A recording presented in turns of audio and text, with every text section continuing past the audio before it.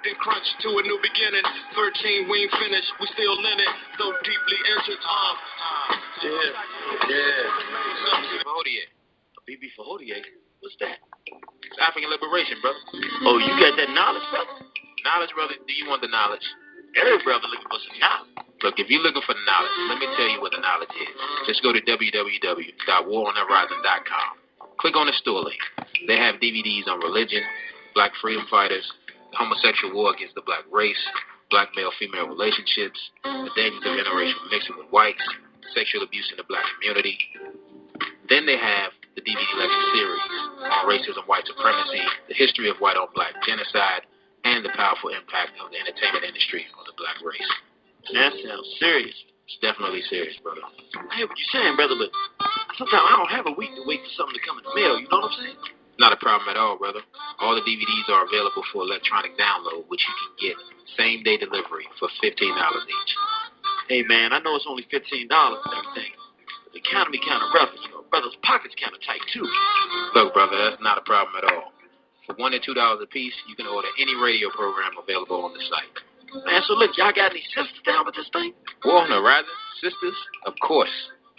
War on the Horizon also features Children of Southampton products. They have the 2009 and 2010 Nat Turner Day weekend celebration. 1831 Turner Street featuring them Memphis boys, Brothers Keeper. Okay. Have you ever heard Sister Nefertari lecture? Nah, I haven't. You gotta check out that 500 Years of Dark Skin versus Light Skin. Look, man, this stuff sounds kind of serious. They don't really hate on it. Yes. Huh? You hate being oppressed, don't you? Whoa. Brothers and sisters, we'll see you on the battlefield.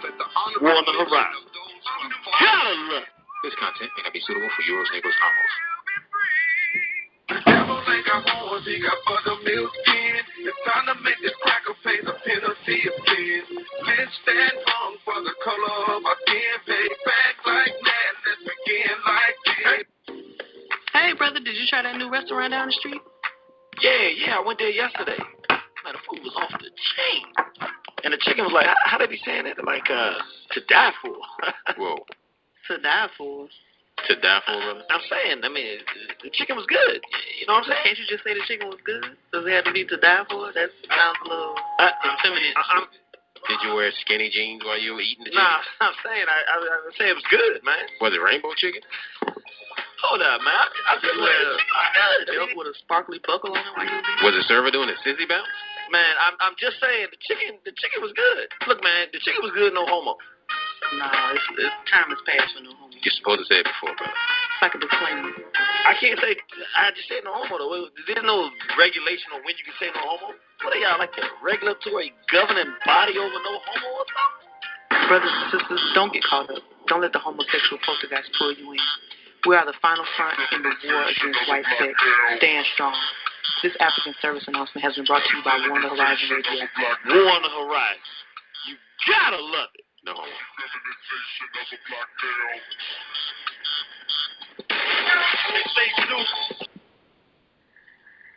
Man, oh, here we go again, man. Two gay dudes kissing on the bus.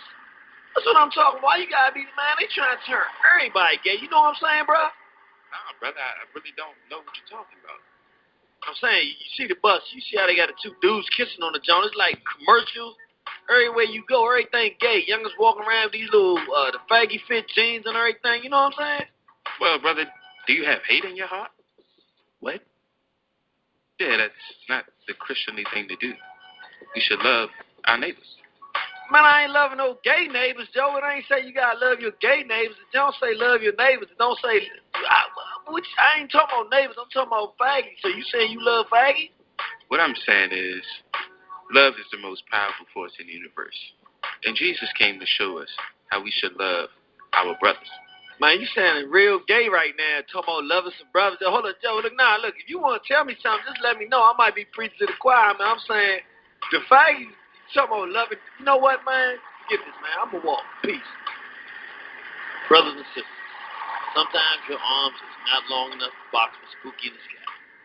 Spend your time where it's most useful. This is the African service announcement. War on the Horizon. We'll see you on the battlefield. War on the Horizon. You gotta love it.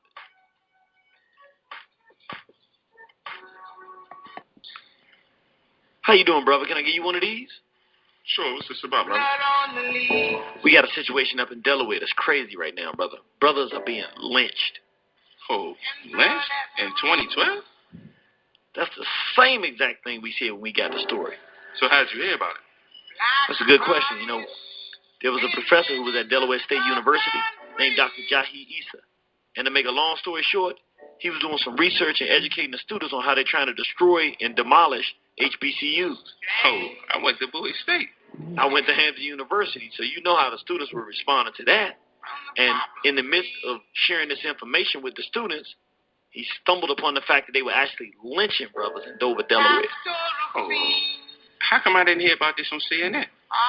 You didn't hear about it on CNN because it's an election year. Do you know who the state's attorney is for the state of Delaware? Who would that be? That would be Bo Biden. Bo Biden is the Vice President Joe Biden's son. So as you can see, this is an extremely political situation. Understood. So what do you have to do with this? We represent an organization called War on the Horizon. And what we do is we educate black people to the threat of white supremacy and teach our people how we can prepare for black survival. No doubt. Much needed. Definitely going to check this out. Thank you, brother. Appreciate you, bro. Be safe out there, all right? All right, got it.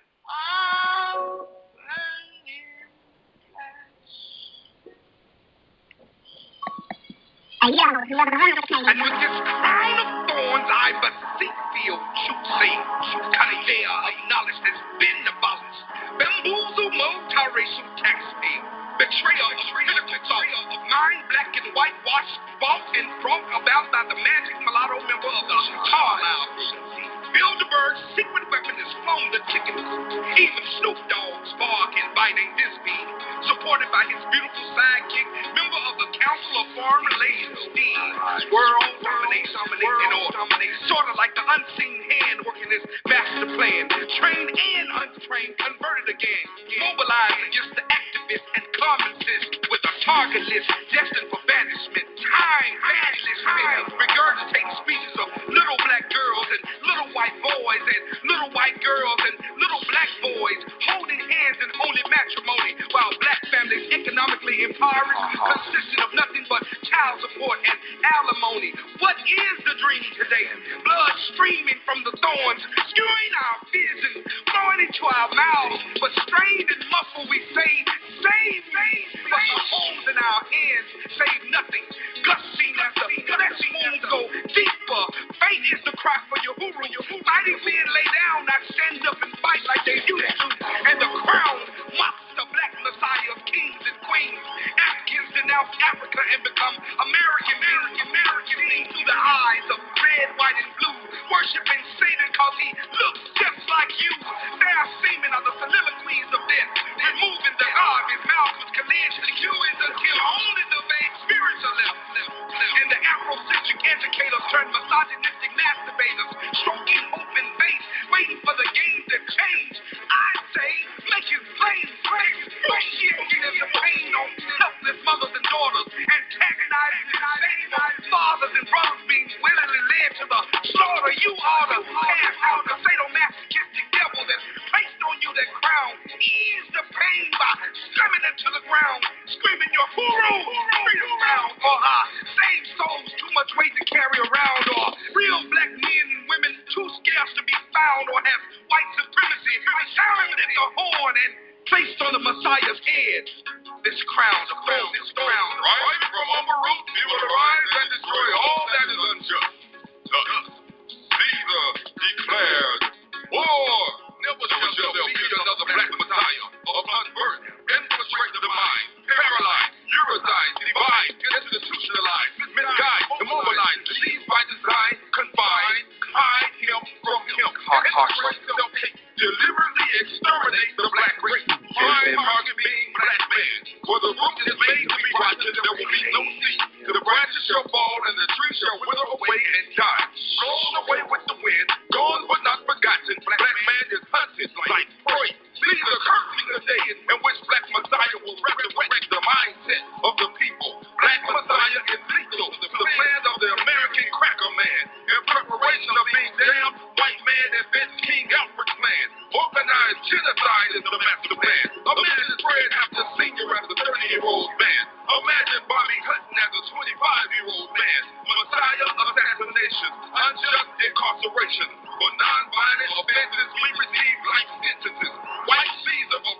me. Imagine another Malcolm X being created in an American penitentiary. In order to thrive, neither must physically, mentally confine me. Imagine Jeff Ford being released back into Chicago streets. Our larger deal when Sherman Austin was set free. Black genocide overseas. Ugandans with America's HIV.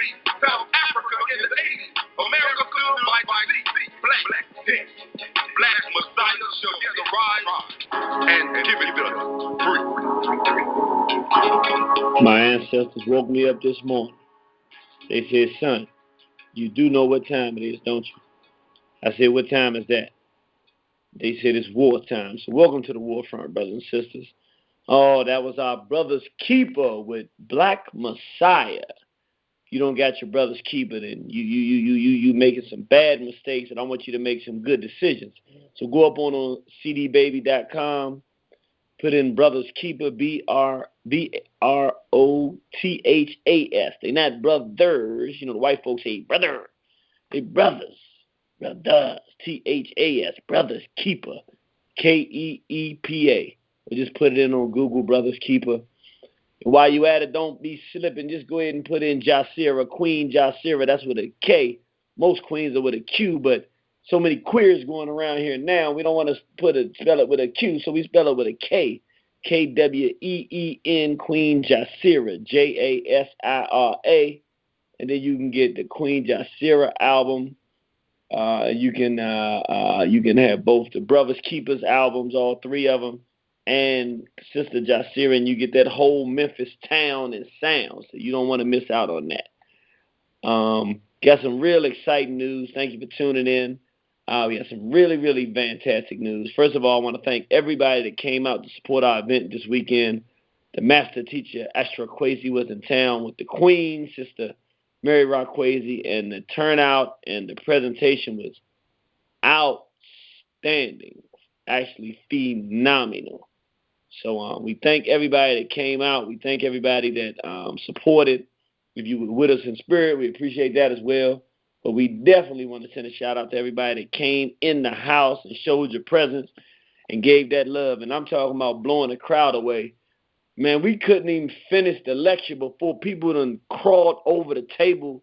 I mean, we had people almost had fights up, and they had to call security so they don't fight, because they like, look, if that's the last one, I got to have it. A couple of brothers like, look, man, I'm not leaving without this information. So we want to tell other brothers and sisters, if you're serious about this movement, you want to awaken the minds, hearts, and spirits of our people, put something together, put a little bit of money together, go ahead and invest and bring the master teacher, Astra Kwesi, and Sister Mary Rakwesi out to your town, and you will definitely awake the people so that then you can open their eyes to what's going on so that you can begin to build and do something else about the condition. So with that said, I want to tell you this weekend is going to be off the chain. We got back-to-back weekends around this country of war on the horizon.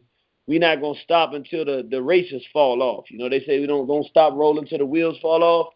Until the devils fall off. We're not going to stop rolling this train till the devils fall off. So this weekend, live in the D. That's right. Some people say, y'all always stay on the East Coast. Y'all scared to come out here? Now, I know the D. When people say the D, people start shaking and getting nervous. Oh, you from the D? I'm from Southeast. And I don't get nervous and shook up on no D. But I will say, I have heard they go hard in the D. So we're going to go up there and go hard with them, too, and show that love. We're doing the feminization of the black male, and we're doing Mind Your Black Business all in one day.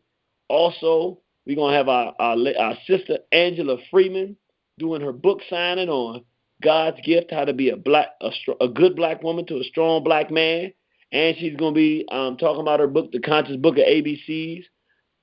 And she's going to be talking about her book, The Conscious Book, Conscious Entertaining, you know, for black women to know how to entertain at their homes and make sure that people enjoy it and they can come over to the house and enjoy themselves and they'll want to come over more. And it feels like you have your own little village or your own little society, nation within a nation, because you know how to entertain and have people to have a wonderful time in a positive, uplifting, and enlightening manner at the house without going out here into the highways and byways of this evil society and having to deal with all this foolishness.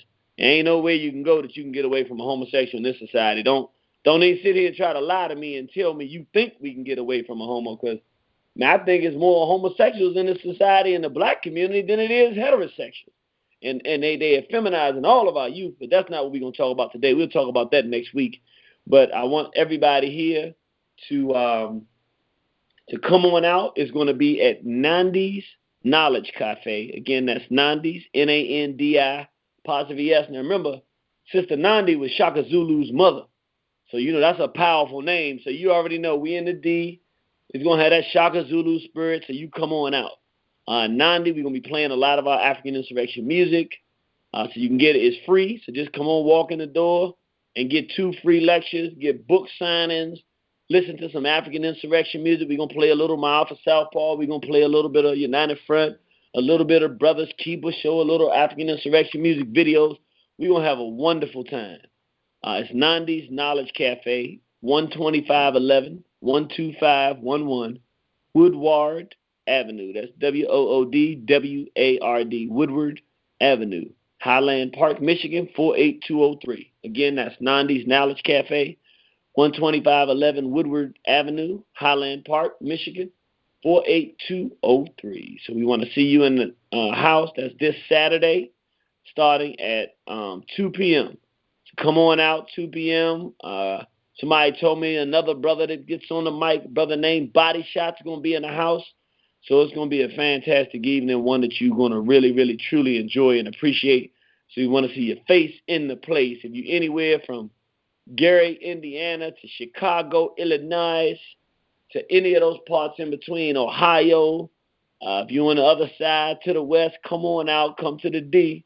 Come on over from that bridge over in Canada. We know some of our brothers and sisters from Canada, our Canadian brothers and sisters, well, they're Africans living in Canada. Come on across the bridge and come down and see your brothers and sisters down here in living in the hellholes of America. So come on down, and so we're gonna have a wonderful time. We look forward to seeing you. Again, that's this Saturday, Detroit, Michigan. Saturday, May 18th, 2013. It's all being put together by our beautiful sister, Angela Freeman. You can even come out and meet the king. You done met the queen a million times on the radio, but you can see the king face to face. See that brother David that every brother wants to be like, because we heard he was a giant. That's what we heard. So we got to find out and legitimize it. Is brother David really real? Or is he a figment of Warner Horizon's imagination? So come on out so you can meet brother David as well. That's Saturday, May 18th, 2013. It's at Nandi's Knowledge Cafe, 12511 Woodward Avenue, Highland Park, Michigan, 48203. We look forward to seeing you there. Like I said, we look forward to seeing you there, and we know we will. And next week, we will also begin to announce some of the other programs that we're going to be having in the upcoming weeks. You can also go to waronthehorizon.com and go to the events tab, and you can look and see all of the events that we have coming up for the near future. With that said, and I normally, I don't ever do this. I think it'll be the first time I've ever done it, but I want to just briefly mention something because it's been on my mind. Normally, we get a lot of emails and stuff, and so we try. My people go through the stuff, and they try to send me anything they think is relevant. And I just want to talk about one thing really, really briefly, and then we're going to get into our topic here tonight, which is the Obama assault. And we're going to talk about our sister Assata Shakur, and we're going to talk about our brother Malcolm next. But we're not going to talk that much about the current situations because we don't have enough information. What we will do is, though, put some kind of perspective on it so we'll all have an idea of what we feel is going on. A lot of the speculation, because at this point, that's all we have. We're not sitting in the enemy's room. We also not there when things happen to 100%, have 100% accurate intel about what's going on and why it's going on.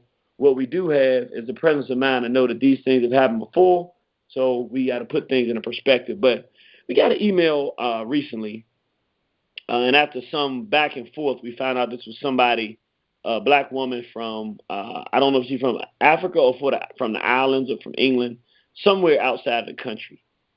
And she told us to stop calling Elijah Muhammad the Honorable because there's nothing honorable about him because of the situations with the young ladies.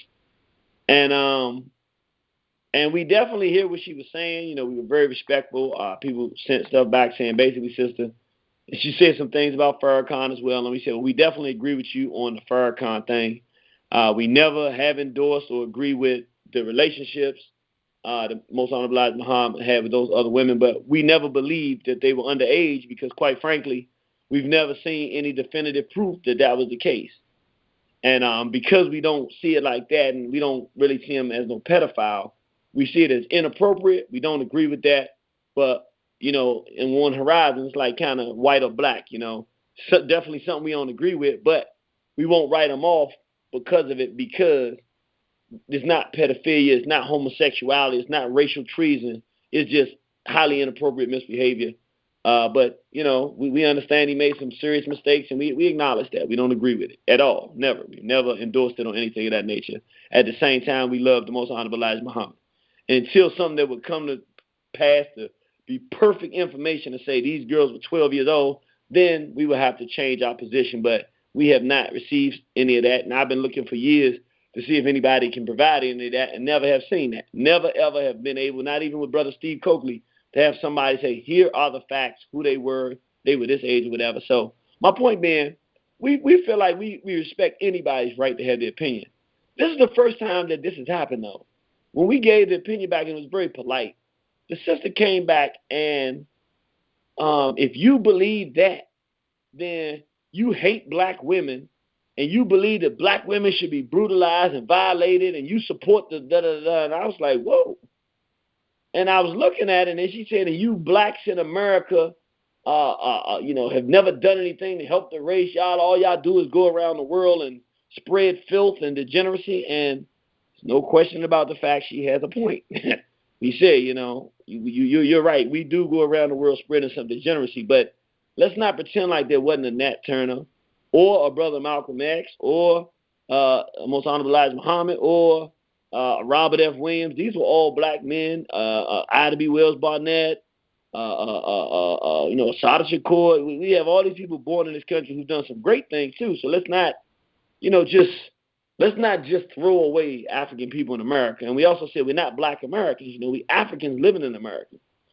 But the reason I'm bringing this up is she made a statement that you know, I apologize that I've been supporting your thing and telling people about your stuff and donating, and which I don't know what donations they were, because we don't, you know, we generally get some donations, but we pretty much know who the people are. But anyway, I don't know what donations she was talking about, but she may have made some donations. We would appreciate it. But she was like, but I no longer support, and I was wrong to support, and I'll tell everybody not to support. And I was sitting there thinking, wow, you know, we've said a lot of things to offend a lot of people. Black men, black women, black children, fags, definitely, crackers, everybody you can think of.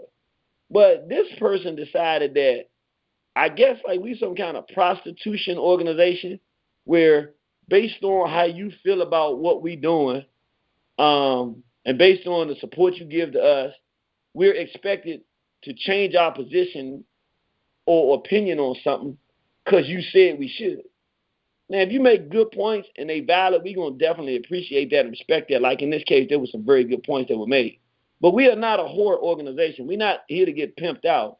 And we're not asking nobody for friendship. The friendship of this forum is that all of us want to fight for our freedom. And that's the friendship that we come together on, and we may have some disagreements. Some of those disagreements will force us not to be able to work together.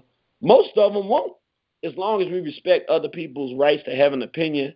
And I definitely appreciate people having a very strong opinion on that situation, because I can certainly understand how they feel that way. And I'm not even 100% sure if we, what you would say, right in this situation. I wouldn't even make the argument one way or the other. I just say that's where we are now. I know certainly I am.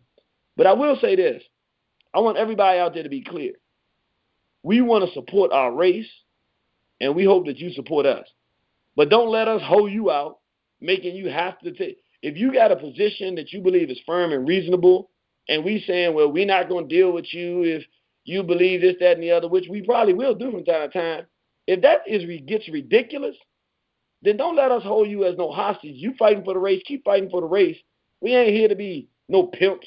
of nationalism or Pan-Africanism holding people to the fire as if we don't support you, you can't do nothing. And it's the same in reverse. We love all our brothers and sisters out here that's doing this battle because there ain't enough of us doing it. But if you don't agree with what we're doing or don't like us, we're not going to stop doing it. And I just wanted to put that out there because I don't ever want to be have nobody think they can just go out here and strong arm war on the horizon into no position or something. You can't do it on an email. You can't do it in no lecture. And I really don't appreciate people thinking that that they can like strong arm us into agreeing with them on something when we have our own opinion. I appreciate dialogue and disagreement. We really do because it helps make us better. But I just wanted to make the point. This is not no whole organization. Ain't nobody coming in here bullying us. I don't care who you are and what you've done. We got certain positions. You're not going to convince us that the N-word works. You're not going to convince us that no fags work. You ain't going to convince us no pedophiles work. You ain't going to convince us to hate Brother Garvey. You just ain't going to come in here and walk over us. And I just wanted to put that out there. I know it's not relevant to our topic today, but I did want to put that out there to let people know because it's been bothering me. Usually stuff don't bother me, but that kind of bothers me. So tell everybody, tell a neighbor, tell a friend. This ain't no whole organization. We ain't going to be forced to do what you think we should do if we don't think it's the best thing to do. But we definitely want to hear from you and tell us if you think we should be doing something because if it makes sense, we might consider doing it. With that said, tonight we want to have a real serious dialogue. We recently heard that the United States for the first time has put a woman on the terrorist list. Now, that's the official list that says this person is a terrorist. However, we got to be realistic.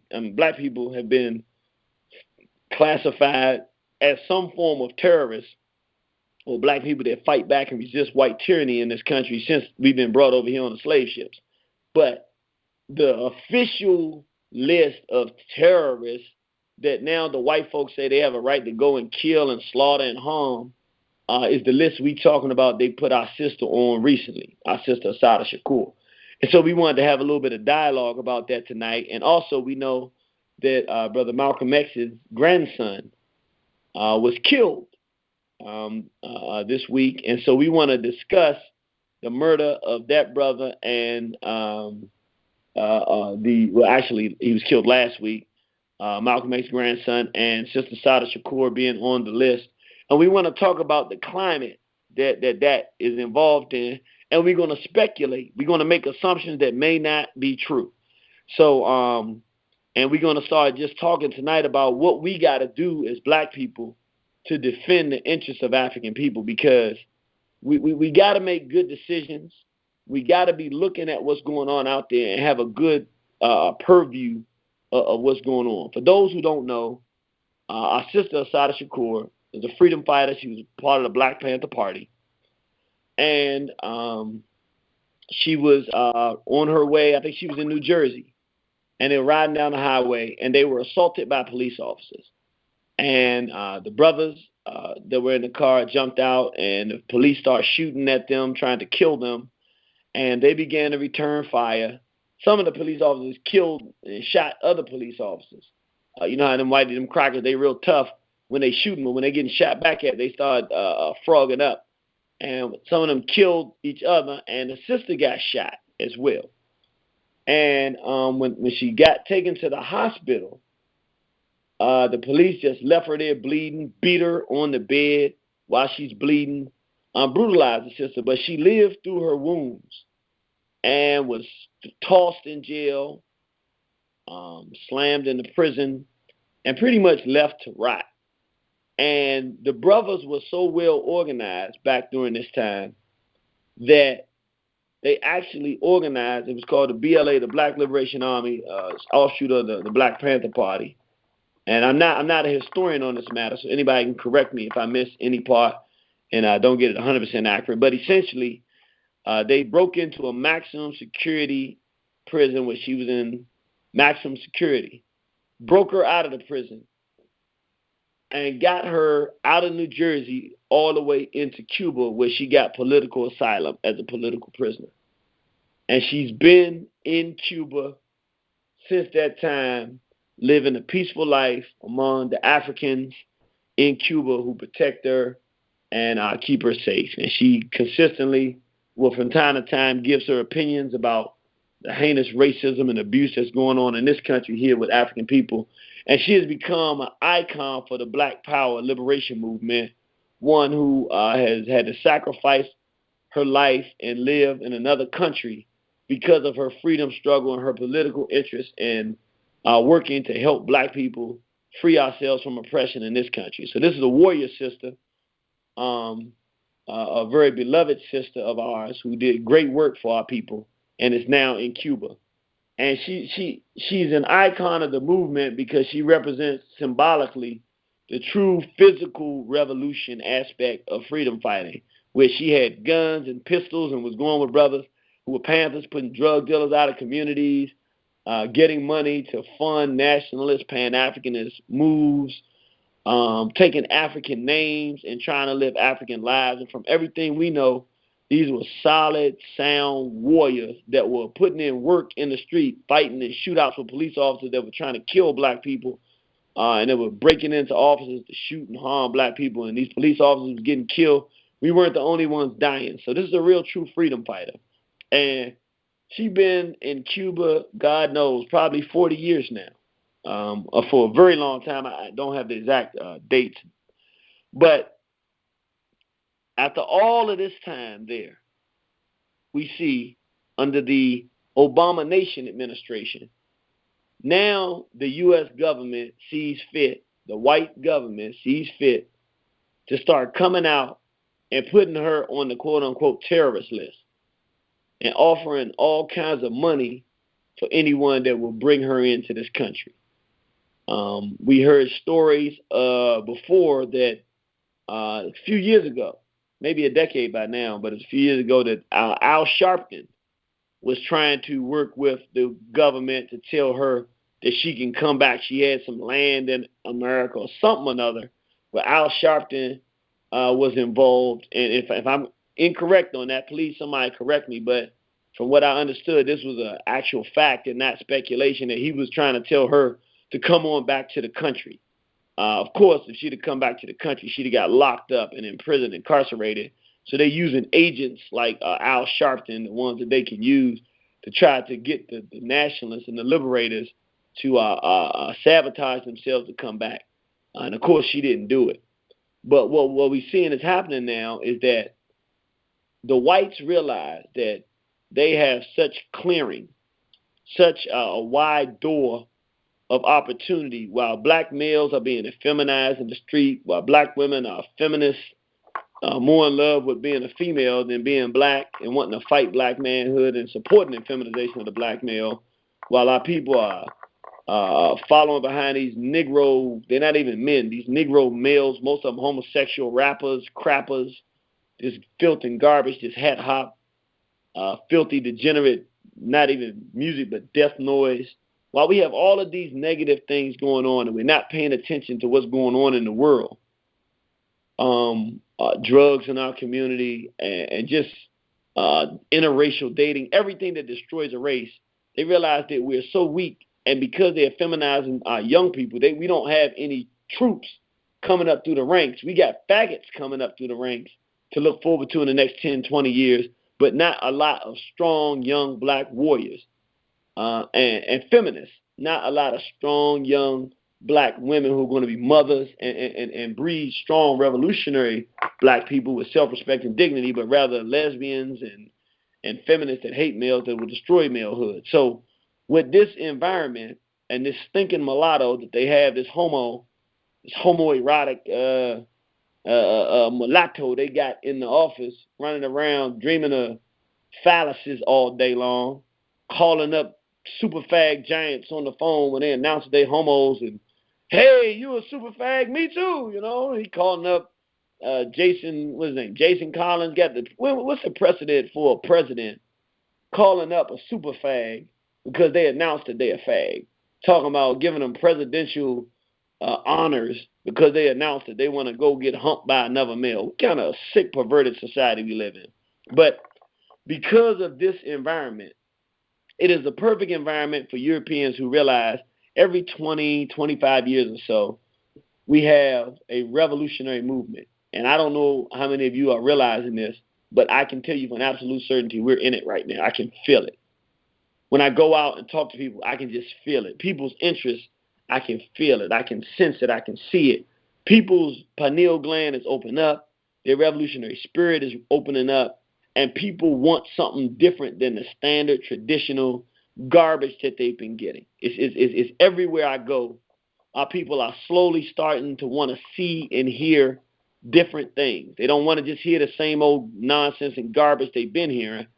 They want to hear something that has a revolutionary flair or a different line of thinking than that which they've heard. They're watching the feminization of the black male, parts 1 through 4, and people are constantly, almost daily, sending us messages, wow, this is blowing my mind. I've shown my friends and family and said, this is a crisis situation. We have to do something about this. When are you all going to start a chapter here in our city? When are you going to start? I mean, we're getting this all the time. The pulse of our people for the thirst for change and revolutionary adjustment in the way we do business is happening all over. And so it's a good thing. In order to jump in front of it, instead of waiting for it to happen and then trying to counter it, instead of trying to predict who the revolutionaries are going to be, and then they fight and knock somebody down, and then that makes more revolutionaries, they've gotten a little smarter. The whites know that if they attack people directly, that makes them heroic, and then they start a movement. The last thing they want to do is start an explosive movement because they've done something. So they're being very wise. They're not going and attacking people directly, necessarily. They're waiting for people to make mistakes, and then they're going to hold you to the fire for those mistakes, and or they have very tricky means, poisoning people like they did Hugo Chavez. These whites have very, very sophisticated ways of killing people. Radiation, food, just a various different means, creating accidents or incidents that appear to be somebody's misfortune when they really were all contrived. And so we're going to talk about what the climate that we're in and what has happened recently to the grandson of Brother Malcolm X, and put that into a perspective of what we need to be doing and how we need to be behaving since we understand the lay of the land. Here's the basic lay of the land. Whites are trying to prevent and preempt the next revolutionary, Pan-Africanist, black nationalist, Haitianist movement in this country and worldwide. So their primary, the number one preemptive strike is the feminization, the homosexualization, and the lesbianization of African people. Turning black males into sexual degenerates that want sexual contact with other males and that will molest children. Turning black women into molesters of children and lesbians and sexual degenerates that don't want to be supportive women to strong men to build healthy and strong families. Turning us into degenerates. If they're successful in doing it on a holistic manner, they've killed the race anyway, because it forces those of us that want to be decent, we got to fight them before we can even do anything else. Excellent strategy is working very, very, very well, even though the silent majority of African people around the world are against this misbehavior. At the same time, it's breaking through all parts of Africa slowly but surely. They've completely broken through in America, and now we have a full-scale white sex internal war in the African world, black community in America, as well as the whites pushing this homosexuality as well. But the blacks in our own communities, pedophiles or homosexuals, we're saturated with it. And I don't want you to get confused. In the so-called black nationalist community or Pan-Africanist community, it's a bunch of these savage faggots that we got to run out and burn them out of this movement as well. So don't be mistaken. There's no place that the faggot and the white sex offender has not permeated within the confines and the context of the African world community, particularly the black community in the U.S., where we don't have to run them out. So that's the primary target and goal. Then some of their secondary goals are to promote interracial dating, which is just obvious genocide. We're losing our genetic code by swirling up our genetic makeup with the devils. So they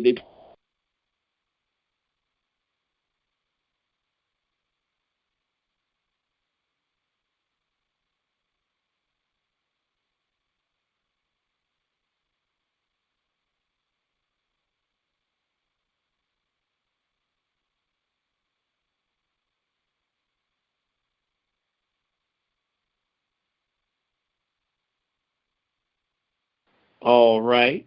All right. Thank you, brothers and sisters, for being patient. For those that lost us for a second. You know, the enemy want to shut this down when you start trying to give people some insight into what's happening so we can make good decisions. They want to make sure we can't do that, but we're not going to let them shut us down, brothers and sisters. So what we were saying is that in this context, so another thing that they're doing is pushing this interracial dating. Also, what they're doing is promoting the war between black men and women, promoting the idea that we just cannot get along.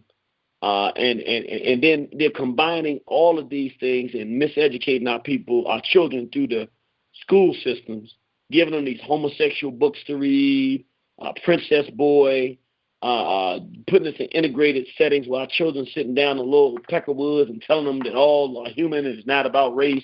So just a massive form of confusion so that we can't rise as a people and be revolutionary. And when we do, we're not going to have enough people to support us because we got all of this madness amongst us when it happens. But what they also want to do, they're stepping up what they're doing now. And what they've decided is they want to strike the fear of God in African people. And so the way that they strike the fear of God in our people is that they identify brothers and sisters who are revolutionary, who it would be, we would say would be revolutionarily relevant. They don't want to pick somebody like us or somebody else that is starting out, because if you do that, you might make those people bigger. That's not a smart thing to do. So they want to pick the folks in the movement who have name recognition and make examples out of them. So in this Assata Shakur case, what we see, and again, let me be clear, are we saying we absolutely have facts? No. Let me say this real quick. We'll come to our phone lines at 8 o'clock, but I just want to lay this out. Are we absolutely certain of what they're doing? No, we're not sitting in the room with them. The white folks don't share with us exactly what their goals and plans are and their strategies to destroy our people. However, this is how we look at it. You know, we've watched a lot of these documentaries on COINTELPRO, and we've learned that there are far more, for those who don't know what COINTELPRO was, Counterintelligence Program by J. Edgar Hoover was a program where the U.S. government paid black agents to pretend to be supportive of the Black Power movement, but to go inside, work their way up, and then get people killed, sabotage buildings, destroy buildings, tell lies about people, create wars between different groups and get them to kill each other. All kinds of things that they were doing. And one of the reasons that we're talking about this tonight is because, and it's something that I learned, when I watched these discussions, one of the consistencies I heard through these brothers and sisters who were victims of the counterintelligence program was that they just saw themselves as everyday people fighting to make their communities better. They never thought that they were so important and relevant that the U.S. government would spend millions of dollars trying to prevent them from moving forward in life, trying to prevent them from feeding children in their community. So they would have never thought when a letter came from one rival group or a different group saying, hey, I'm just giving you words up, this guy's trying to kill you. It never dawned on them that that could have come in from somebody white, that it could have been a lie. So they thought, wow, somebody's trying to look out for me and save my life. Let me go kill this person before they come kill me.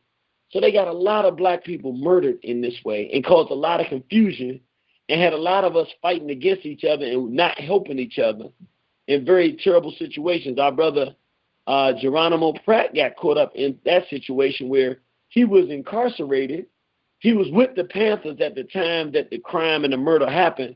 So the Panthers could have easily gone and testified on his behalf, but they refused to testify on his behalf because the counterintelligence program had got them to believe that he was fighting to try to destroy them. So his own brothers and sisters in the Black Panther Party would not come and testify on his behalf and allowed him to get locked up on false charges that they knew were false because of the counterintelligence program. So once we realized, when I realized, wow, when you're under assault, things happen that you would think, because you're not a conspiracy theorist, you think that they're just happenstance, you know, just by chance something happened. Your car went out when you're supposed to go to an engagement, or a person you've been talking to for a long time all of a sudden won't return your calls. You have no idea why, but you don't know somebody sent them a message to give them a message, something negative about you that you don't even know is happening. Since we know that they're capable of doing it, on the one hand, we don't want to experience paranoia. Well, we're totally paranoid. But there's a reverse to that. We can't just go out here and operate like freedom fighting, like there's not anybody that could take an interest in trying to disrupt what we're doing and be putting people, resources in our path, all kinds of things they can be doing to try to create issues and problems for us. And so since we know that they are capable of doing it, since we know that their desire is to prevent this next wave of Pan-Africanism, since we understand this and we know this to be their scenario, what we do is we don't say for certain what has happened, but we just make assumptions. So a good assumption, this Assata Shakur thing, they may think that they're on to where she is and may think that they are going to be able to work something out with the Cuban government of getting her back to this country. And they may be putting her out on this terrorist list to see what kind of response it's going to solicit from black people to see if it's safe and see if it's safe for them to go down there and do that. That would be my personal assumption of what they may be considering doing. Also, I'm going to go ahead and say Brother Malcolm's grandson was murdered in Tijuana, Mexico. The circumstances are sketchy, so I don't even want to put all the information out. Some stories are saying he was thrown off a building. Some stories were saying he was beat to death by some drug cartel folks. Some people were saying he was talking to some young ladies in a bar and a issue ensued, and he was beat to death that way. We were not there, so we don't exactly know. What we do know is that he was killed a week before his father's Earth Day and the celebration of Brother Malcolm. We know that he was going back and forth to Iran, talking to the Iranians, and the Iranians have been using his description of what's happening to black people in America as a justification to go to the world and say America is not in a moral position to tell anybody how they should behave. Look at what they're doing to the black people who live in their own country. So we know that he was, when he came back, I think he was on his way to Iran again, or back from Iran, one of the two. The U.S. government took the brother and incarcerated him. And they held that brother, and if it wasn't for the fact that some people who know him and respect him and have a lot of love for him put out his information to the world to let people know where he was, he may have got taken away and never been brought back to society. So we know that he was on the U.S. government radar. That's not speculation. That's a fact. They withheld him for no reason in the U.S. when he was traveling. They eventually let him out, but that's only because he had some access to people who were able to say, hey, they've taken our brother. We want to know what's going on. And enough pressure was put on him that he was brought out. So we know we have a brother now who was killed. So it's not a question of was he murdered. He was murdered. I'm going to go ahead and say we just have to, the best assumption for us to make is that the white folks killed him. Why is it the best assumption? It's close to his grandfather's Earth Day. The U.S. government was withholding him. This white world government is really the white world government. That's all this is now. The Zionists who control aspects of the government, and they held him and was harassing him and saw him as a threat. Most probably not just because of what he was doing, but because of who he is and in his bloodline. His father had a tradition of doing this, and now he's out there speaking out on behalf of black people. Now, some people say he had a kind of wild life, so they can believe that something could have happened to him. He could have been at a bar. That's a reasonable thing to believe, so forth and what have you. So what I'm going to say is this. I'm not saying exactly what happened with this brother, but in the context of the fact that we know that they're trying to stop this next wave of Pan-Africanism, in the context of the fact that they're now coming out putting Assata Shakur, who in terms of being here physically is not a relevant battle to fight, but is very, very symbolic if they can tear her down to put a real threat of God and the fear of God in people as to whether or not we should fight this battle. It would backfire if they did it because they would make people more revolutionary than less revolutionary. So it wouldn't be a good idea, but they still on the pendulum because they feel like if they can knock down this great icon, they can put a lot of fear, and of course in Negroes it will put the fear of God in them not to participate in this type of freedom fighting. And so we have to speculate that we don't, the likelihood is that there was a white hand that played a hand in getting our brother killed.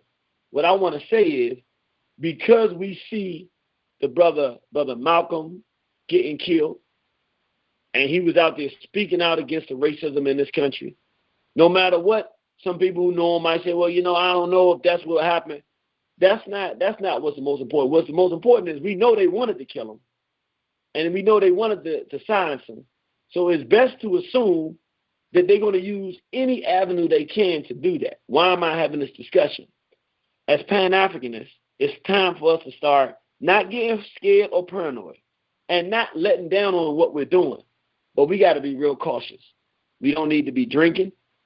We don't need to be in any bars. We don't need to be in clubs. And I'm not saying you cannot go out for a night on the town. That's not what I'm saying. I'm saying they have too many ways to make things look like they were accidents, and they can individually. There's not enough of us out there that are doing this to take what we do lightly. It's only a few people out there that are really brave enough to fight right now, and they want to see those people disappear so that no movement occurs. So everybody that's doing something needs to start thinking. Even myself, I start thinking, sometimes I just like to go out and ride around sometimes, just, do some more. Or I go places and I might just go and, go for a minute and nobody knows exactly where I'm going. Being a man, an independent kind of person who grew up that way, you do it, but you don't really think about the fact it's not wise. Somebody should always know where you are. Not paranoia. We don't want to be paranoid to say, I can't do this because it's not paranoid, but the reality of it is that those of us who don't see ourselves as big, we're the biggest thing that's there now. It ain't how big you are. It's the fact that if you're relevant and they think that you could be a problem, they're looking at preemptive strikes. So we shouldn't be doing things that are harmful. You meet a brother or sister, you meet this brother and you don't know him, you in this movement, take a little bit of time to know him. Just take a little bit of time to know him, because am I saying that they're sending somebody in to meet you? No, but just take some time. Be cautious. Don't just jump right in and then later find out that this was somebody and you say to yourself, why would they put somebody on me? Now, for the average listener, I'm not talking about you because you're an average listener.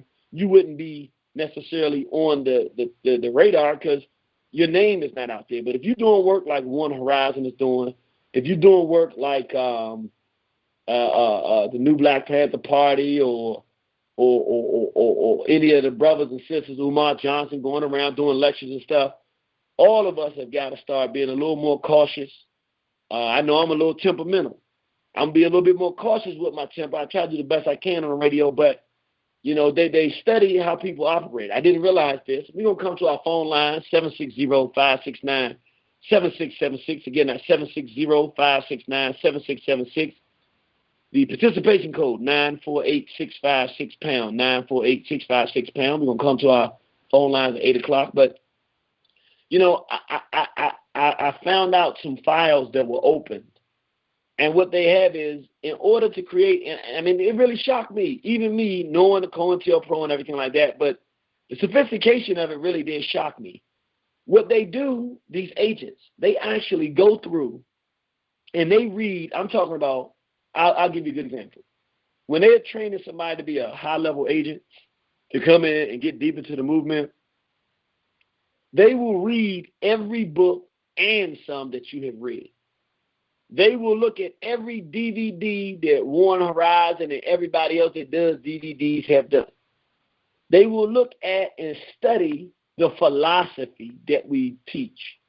They will also, then this person, instead of, you got some folks that just sit in and they just sit there and try to see if they can get information, but the ones they put money into, they actually make them the most hardest workers, the most sophisticated folks.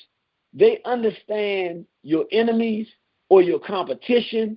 They understand the difference between the groups. They know Dr. Chancellor Williams. They know George G.M. James. They know Kwame Ture. They know these things like the back of their hand. So they are more versed in our philosophy and the concrete realities of our philosophy than even we are. And then they send them in and use them to disrupt and destroy the movements that we had.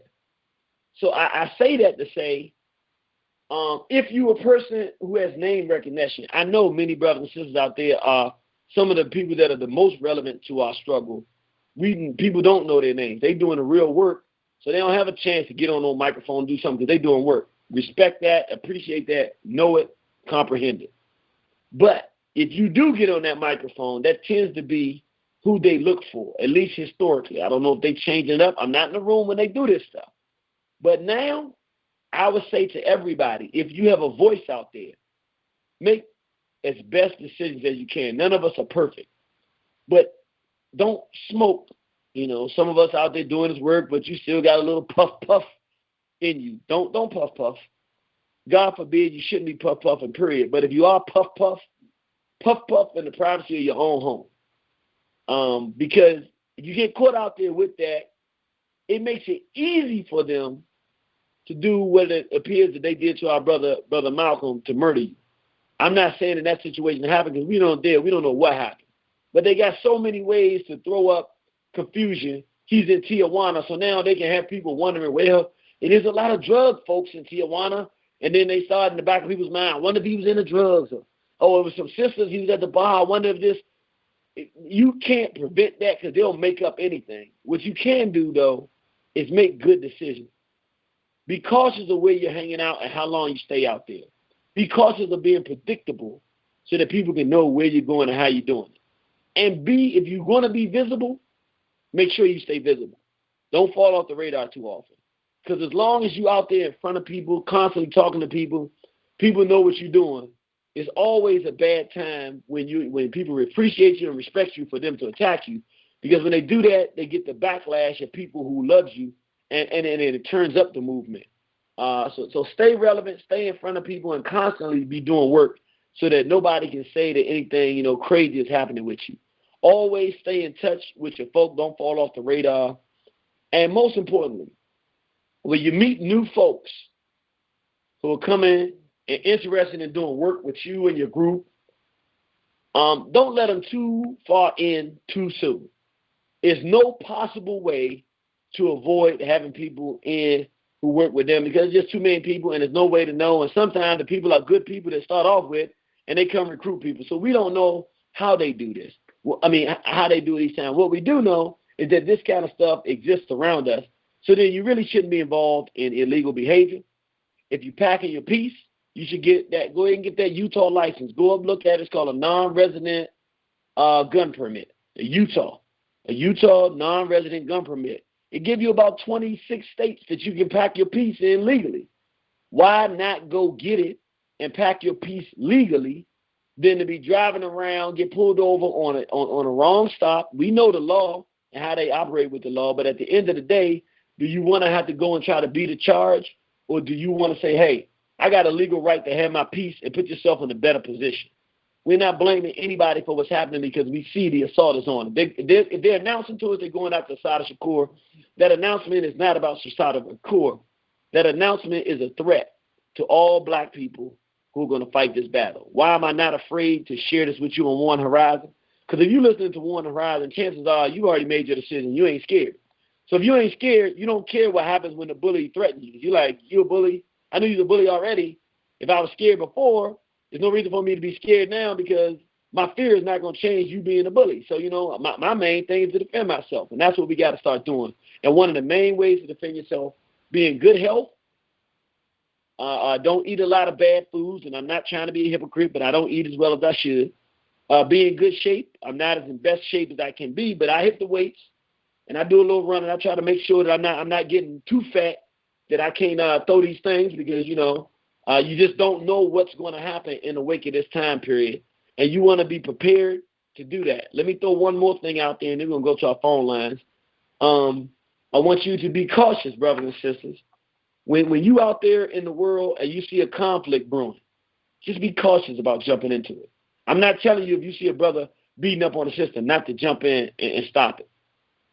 But I'm saying be very cautious when you intervene in scenarios, because when I saw brainstorming the kind of tactics they're going to use, I'm really confident one of the tactics they're going to use, the movement we starting now through this war on the horizon and other brothers and sisters doing something, it's a militant, but it's an there's elements of it that's extremely anti-white, where there's no philosophy in it where you got to get all, see, we're against evil, and now it's getting more direct. We're getting more precision because we've had more time to think about it. It's going more along the non-religious Elijah Muhammad, the whites are the problem internationally, not this country. We ain't trying to tear no country down. We're focused on a race that is diabolical and destructive, and we've identified a group within that race that's even more diabolical, the small hats. So we're zeroing in on a concept and construct that's more personalized, that can identify enemies and put us in a position to be a little bit more precision with our philosophical belief system, which means that they're going to want to disrupt that. So they know that creates black people who can see their enemies more intensely and can strike a little bit better. So what they want to do, they're making these fags, and they're putting these fags amongst us to put them as a barrier that we got to get through before we get to them. But also, with this revolutionary spirit that we got and all these laws about anything you do will get you in trouble, now they're going to start sending conflicts our way that they know are going to force us to jump into. And when we jump into those conflicts, they're going to use that to tie us up and lock us up and try to have us facing 23 billion years in prison and just slow the movement up, taking the people off the scene that we need to be on the scene. So, for instance, they know war on the horizon is anti-fag and anti-pedophile. So they're going to send fags in and get disruptive among the group, knowing that we're going to cut that throat. Well, we got to be prepared for that. And, the way I look at it is, don't just jump the gun. Be cautious when you strike. But I also look at it like you only want one person to testify. That's my philosophy. None of this hands in your pocket stuff with Malcolm X situation. Now we see they murdered the brother. Now they murdered his grandson. So we can't have no more hands in our pocket. So if somebody becomes disruptive and it appears that they're going to do something, we got to be prepared as best we can. But also, they can't leave to be able to tell their story. That's part of the problem that we've had. People get to get out and tell their story. We only want one side of the story, It's hard being testified against when ain't nobody to testify against you. And I'm saying, when we find out, because we will eventually narrow down some individuals that are on the other side, we got to make sure that, we only got our side of the story. They were trying to hurt me. My life was being threatened. I had to defend myself. And, things happened that happened, no way I could do it. And everybody has to be willing to be on board with that. And so we got to start looking at that. So be cautious. If you have your lectures, if you have your gatherings, and somebody wants to get loud and start a confrontation, pay close attention. If you see the fags getting boisterous, they want you to smack a fag down so now your organization can get a hate crime type of thing. They're going to start creating situations that do two things. One, it's going to force you to show your hand. Okay, you talking all this stuff. What are you going to do when the conflict arises? So they're going to create conflicts and see how you're going to respond. If you don't respond, then they're going to say, oh, we can just take them down. So you're going to have to be forced to respond. You can't just let them go at it, but you're going to have the right response, whether it's just standing there and asking everybody to stare at the person and watch the person and not physically do anything so that they become a spectacle, and then you call them the agent that they are, and then take pictures. Everybody, take out your camera and take a picture of them. Let's post this all around so that we know this is the agent and everybody needs to watch out for them. Or whether it's using maximum precautionary measures to ensure the safety of people in an environment. Maximum precautionary measures, which will invariably leave only those that are on your side to testify. Whatever you have to do to defend the interests of African people, at least start thinking about it, start planning it, because my sense is that the murder of Brother Malcolm X Jr., no matter where he was, what he was doing, that is only an excuse for the whites saying what happened. We know that they were after him. It's a fact because they locked him up and intended to keep him there for good. So we know that he was a target. We know that Sister Assata Shakur is a target. It's not speculation. They said they put her on the terrorist list. An elder sister who's not doing nothing, minding her business, living her life out in Cuba. Now they're talking about still trying to hunt our sister down. So we have to be prepared intellectually to mobilize in the ways that are most appropriate. We got to be prepared to watch what they are doing while they have this magic mulatto in office. At this point, for the next 2 to 3 years, and I've spoken to some brothers, the Warner Rising folks, Brother DJ brought it to my attention as well. Brother DJ said, bro, we got to really be cautious. Because while they have this mulatto in office, now is the time to destroy and fight the new movement, because they can blame it on his administration. And since he hates black people anyway, it will look legitimate, and black people won't see it as racist because it's this mulatto that is the one doing it. So what you're going to see, and then we're going to go to our phone line. I want you to pay attention to this Assata Shakur situation. Pay attention to the murder of our brother Malcolm and how they, try to either keep it quiet or downplay it. And then I want you to start paying attention to everybody that's in this movement, anything that's happening to them. Because what's going to happen, and I predicted this a long time ago, but I was wrong. I thought this was going to happen a long time ago, and I was dead wrong. I think, though, the time has come. The terrorist is going to leave Osama bin Laden and the Taliban and the Al-Qaeda, and now the terrorist is going to be not the drug dealer, not the faggot, not the pedophile, but the new terrorist in American soil is going to be the separatist white supremacist and the Haitianists, the black nationalists, the black hate-monger separatists. We are going to be considered the new terrorists. So while they're trying to wage war with China and Iran, we see Brzezinski, we see them bombings up in Boston, and you got to wonder, we had people saying they were going to try to start some stuff with Russia. Now we're starting to see those things move in motion.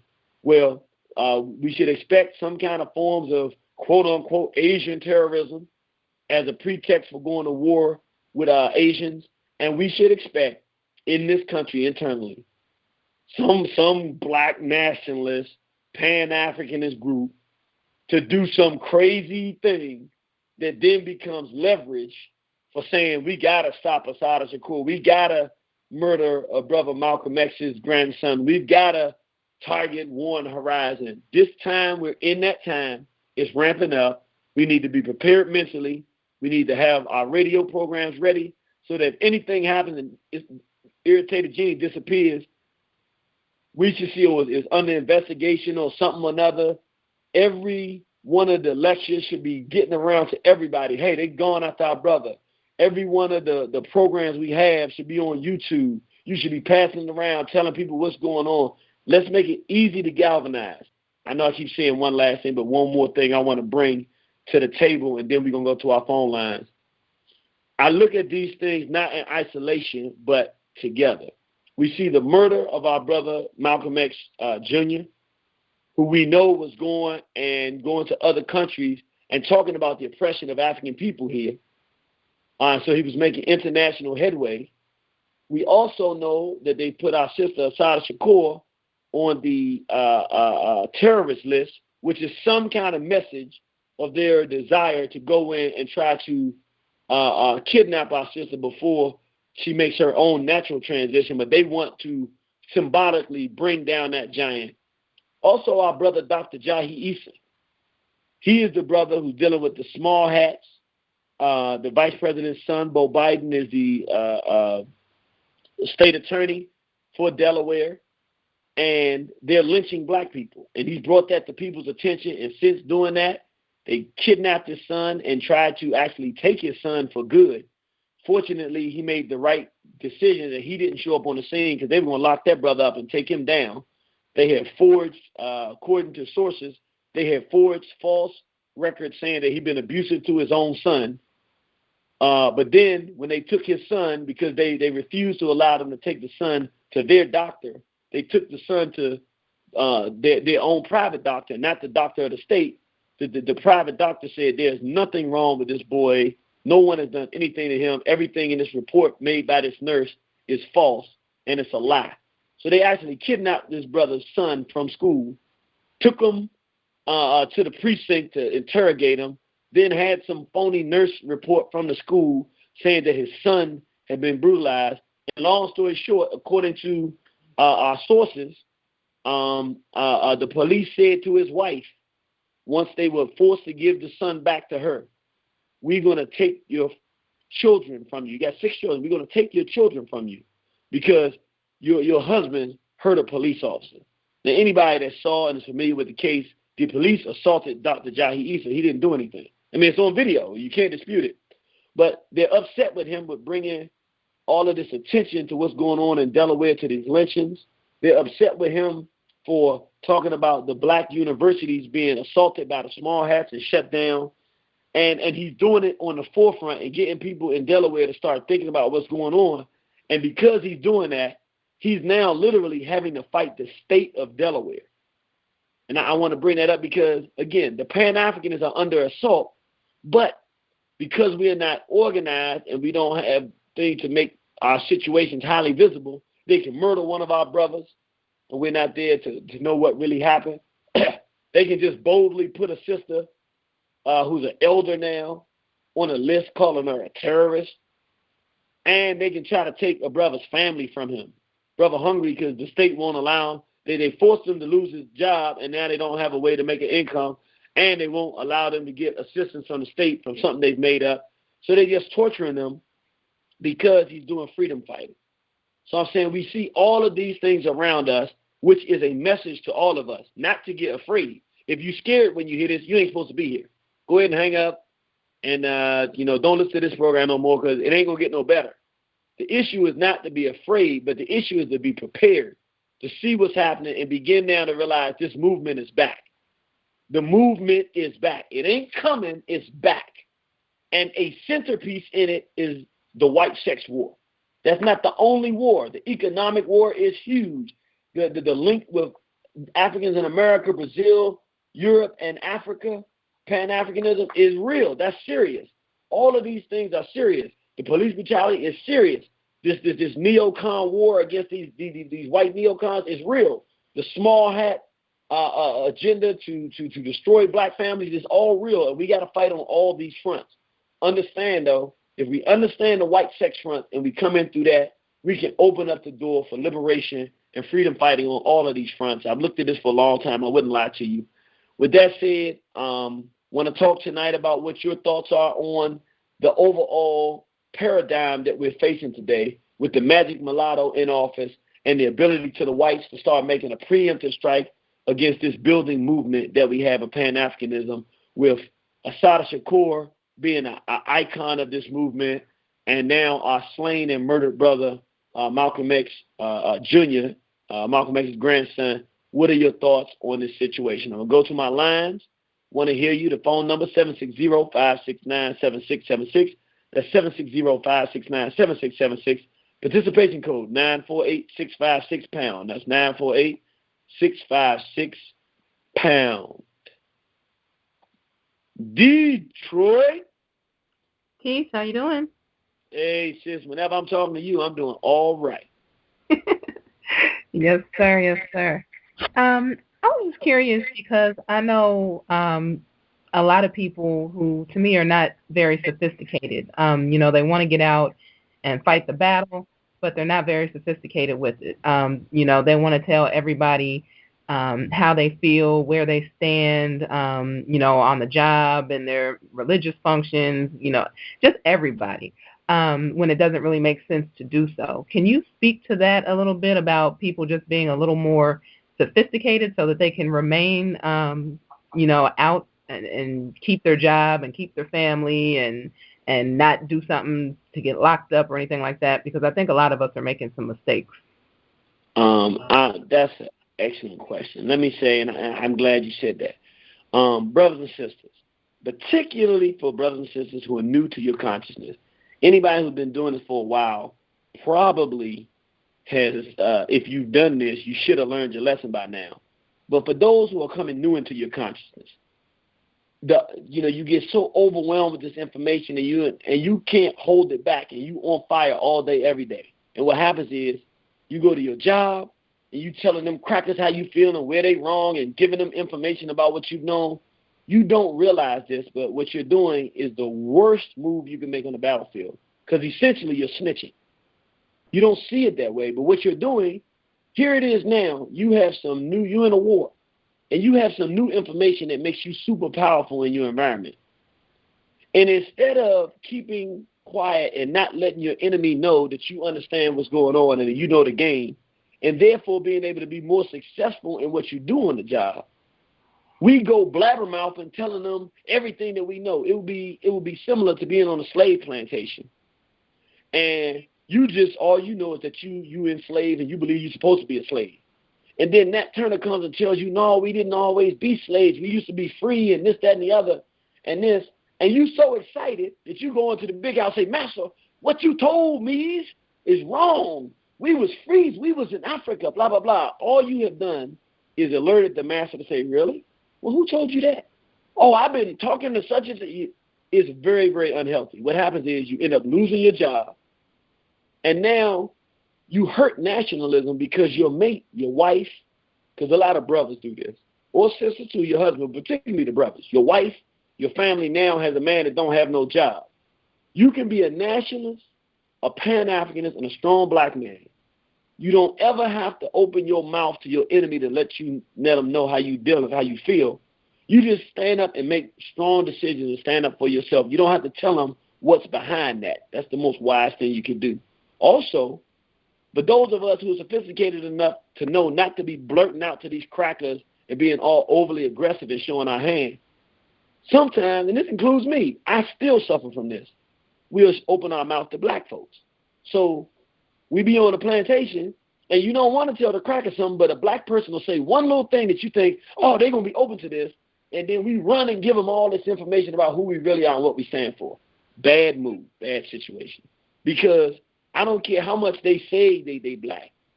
Until they really gotten in and done some reading and some study and some research and really understand what's really going on, they not really as black as they think they are. And what happens is you end up scaring them. A lot of them are Christian Negroes. They get around going and snitching on you. And then you end up getting in trouble, not because you told some white folks how you feel, but you done told somebody else on the job. So we have got to get, and this requires, you know what, this is the next lecture we're going to do. A new lecture I'm going to do is going to, thank you, sister, this is really important. How to be a Pan-Africanist, black nationalist, Haitianist on your job. Because this destroys families. Because when that man comes home and don't have a job and can't feed his family, it creates extreme pressure on that woman to come in and feed the family in the house. And attention, because the woman is not necessarily in disagreement with what the husband is believing and she's trying to learn, but she is in disagreement with being hungry and not being able to feed the baby. So, yes, we got to get more sophisticated, and I think that's going to require I think it'll be worth an entire lecture. What do you think, sister? I definitely think that would be necessary. I mean, we've all gone through it. I was crazy when I got into it. I was calling everybody the crackers and devils. It ain't matter if they was old, young, if I knew them well, if I ain't know them at all, if they just picked me off in the line at the grocery store. That's almost, I wasn't going to call them a cracker, but I had a disagreement with my compliment the other day going out to get some frozen yogurt because this little kike was standing in front of me, kept kind of trying to push me out of the way, this little mini kike. And I guess my face was saying it all, but he was telling me to chill out. I'm like, what I need to chill out for? So, I mean, even we fall victim to it because I didn't care. She was probably about 9 or 10, but I was going to let her have it. So she was not 5. She could see over the counter. She could see over. He's sitting here still trying to disagree with me. If you can see over the counter, you can get cussed out. That's my philosophy. So, David. Hey, it's been 500 years. I ain't on it. So even us, sometimes we need a little reminder, but definitely for people who are newer coming into this or just really those, especially alpha males who just have that issue, I think it would help a lot. I think we need it. I'm going to do one on that because, as much as we appreciate the war spirit, in war, it's not as much about aggression as it is the right aggression. You got to have the right aggression, the right place, the right time, and be victorious. So Thank you for that. I think that's very, very extremely poignant and relevant to what we're talking about. Thank you. I appreciate that. All right. You got anything else for us? No, that's it. Just everybody come on out Saturday, and I can't wait to see everybody. It's going to be a fun event. We're going to have a ball. Bring a neighbor, bring a friend. Just make sure that friend ain't no cracker. That's right. Yes, man. All right, sister. We look forward to seeing you this Saturday. We're going to have a ball, and we love you, and we see you on the battlefield. Yes, sir. Peace. Is your program tomorrow, or that's next week? My program is going to be next week, and I will be talking about, unless I change my mind, I should be talking about suicidal tendencies in the Black community. That's serious. All right, sister. Give Brother David our best. Yes, sir. All right. Peace. Peace. That's my sister there, Angela Freeman. Brother Tinker Minton, come on in. Bring that heat like you always do. Shoot, what's happening, War? Hey, man, I'm just trying to be a reflection of you, my brother. Same here, bro. Same here. Trying to get active, still pushing this liberation, but like the beautiful sister Lady Shabazz said, do it more strategically and undercover so these crackers won't catch us. Yes, sir. Yes, sir. What you got for me tonight? Oh, it's just basically about the topic of, first thing first, what they doing to Mama Assata. When I first heard that, I was like, hold on. So, Gay Eggers, who was FBI, they wanted to go track a sister who was basically acting in self-defense, wasn't trying to get, she was ready for the cracker, but she wasn't really trying to go at the cracker at that time. They hopped up on her and started bucking at her, so she had to do what she had to do. But you want to go after her, and you got all these Klan members, these old, like Khalid Muhammad said, these old decrepit crackers in their 90s and 100s and stuff, still living and breathing, who done killed 20, 30 black people and ain't seen a day in jail. But you don't put them on the most terrorist list, though. But I'm not really surprised because, the FBI is made to serve white supremacy, and that's what they're here for. But and I'm going to, and people should pay attention. All these black civil rights people, that's how you can tell they in the pocket of these small hats, because instead of them jumping on Obama saying, hey man, why you got the FBI tracking Assata Shakur when you got hundreds, maybe thousands of old crackers in the South who probably killed dozens, if not hundreds of black people who still living and who still getting checks and stuff, living out the government, but you're not putting them in jail. So that's the first thing dealing with Assata Shakur. The second thing is about Brother Malcolm, man. I basically agree with everything you say. We got to watch what kind of behaviors you are involved in, because when you're involved in a risky lifestyle, people will use that to because these crackers, the government knows how to create a situation where they can take the blame, where they can make the blame out themselves, like. And because of his history, that's another thing. You gotta watch what kind of history you have too. Because when they first broke the news, the first thing was said, he's well known for killing his grandmother. He's well known for burning his grandmother alive. He's well known for setting the fire that killed his grandmother. He's well known for being affiliated with the Blood Street Gang. He's well known for being in jail multiple times. I say, wait a minute, hold on. Yeah, he got a checker pass and stuff, but the man was beaten to death, thrown out the building and when you tell the story about, you have 3 sentence paragraph about his murder in Mexico, but you'll have darn near a whole page about his past. That ain't got nothing to do with why he's dead. He died in Mexico. All his crimes happened in the United States when he was a youth. He a grown man in Mexico, and you want to throw that off. And I also looked at it as, that's another way to get blacks off, the white government and focus on Mexicans. Because when I first heard it, I was like, man, some hating Mexicans got my brother. That's the first thing I thought. I admit, that's the first thing I thought, bro. And that's another thing. I want to know what's your thoughts on Nick. I'm gonna tell you what. When I heard it, I was so certain that the crackers did it because I had already been hearing about the fact. Because I didn't know anything about the brother, to be honest with you. But when I heard that he was going to Iran and that the U.S. government had was holding him.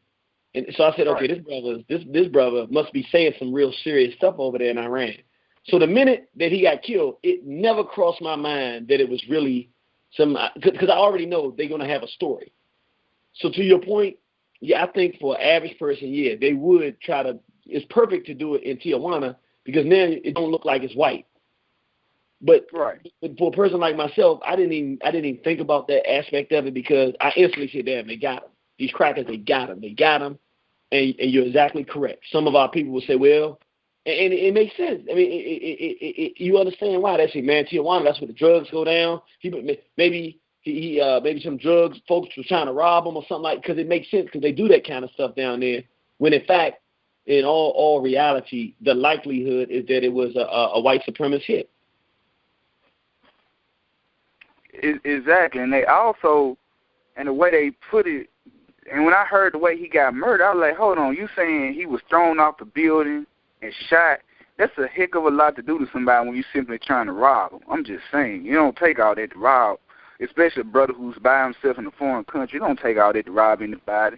And the brother, he was well known, and he was with a Mexican freedom fighter, so like you said, that kind of, you know, kind of erase anything of any black versus Mexican type thing, and you saying it took all that to kill a brother who's by himself in a foreign country? I was like, nah. Yeah, my sense was they know the pulse of the community, and they know that anybody who knows him or is involved in the nationalist community is going to believe they did it. So they did not want to do it like they did with Hugo Chavez, which they didn't want to do nothing violent like that because, well, they would if they could have, but they don't want that backlash. In this one, they're trying to send a message. So they want a very violent, murderous death because they want to send fear through the hearts and spirits of all of us that's out here fighting. So we just have to pay attention in the next coming days. Are they going to do something violent to another one of our people?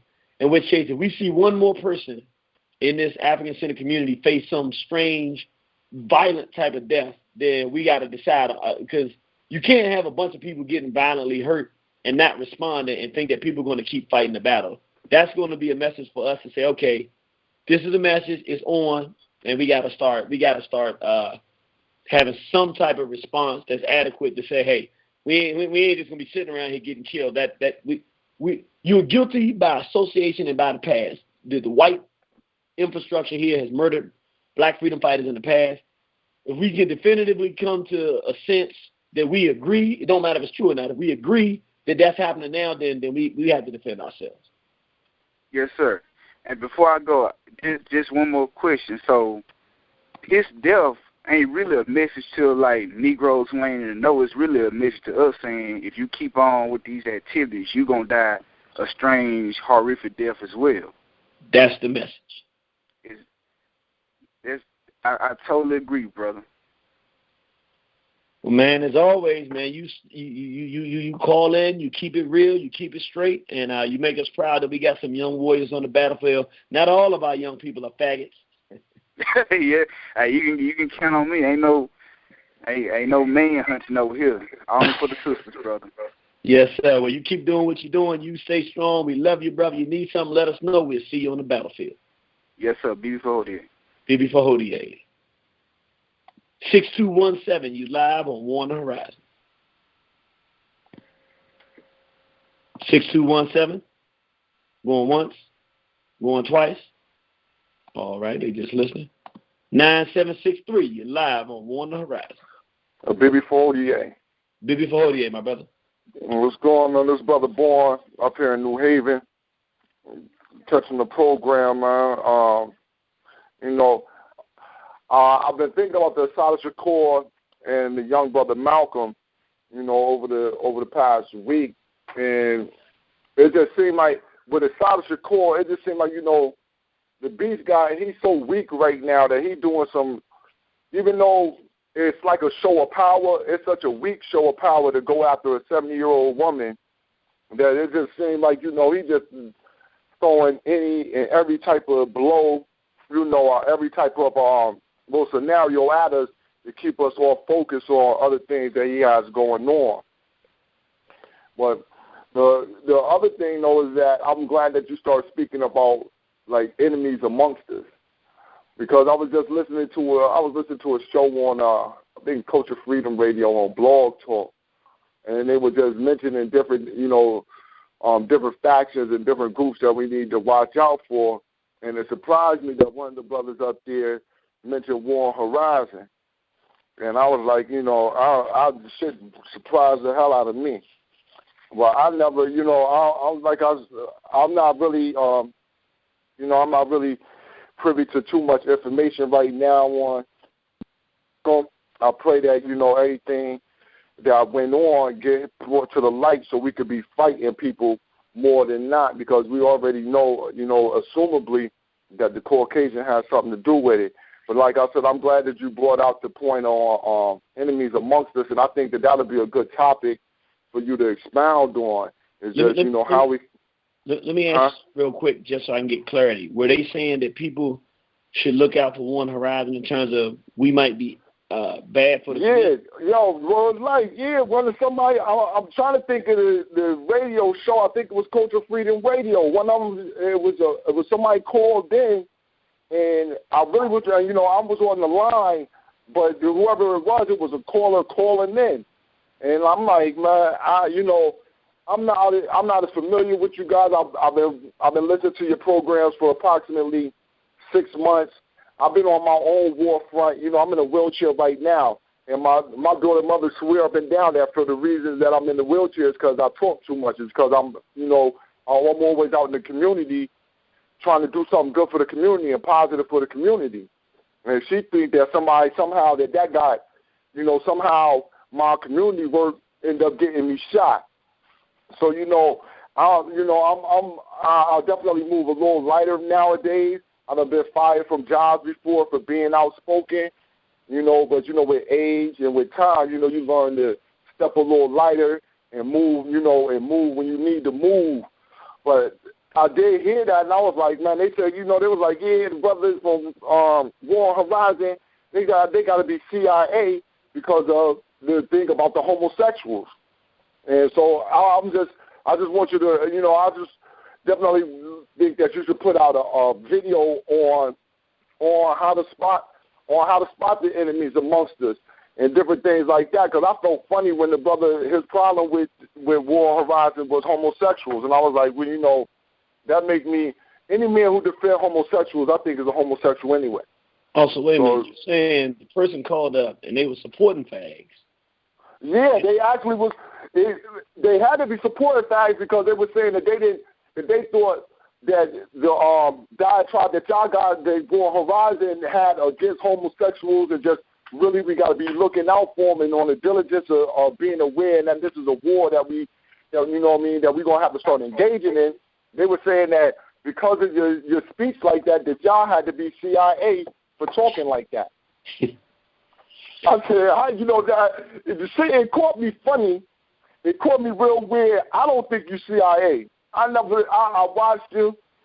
I want to sit down and be able to speak to y'all one day and be able to really, shake hands, and everything, because I'm doing my own thing up here in New Haven, and I got a little TV show and everything. So the things that you're saying are definitely hitting home with me about how to be more strategic and putting the information out to the people, knowing what you're putting out, and being aware of your surroundings. But when they said that, I was like, damn. So when you were talking about enemies amongst us, I was like, that's something that I wanted to at least expound to you that people putting out.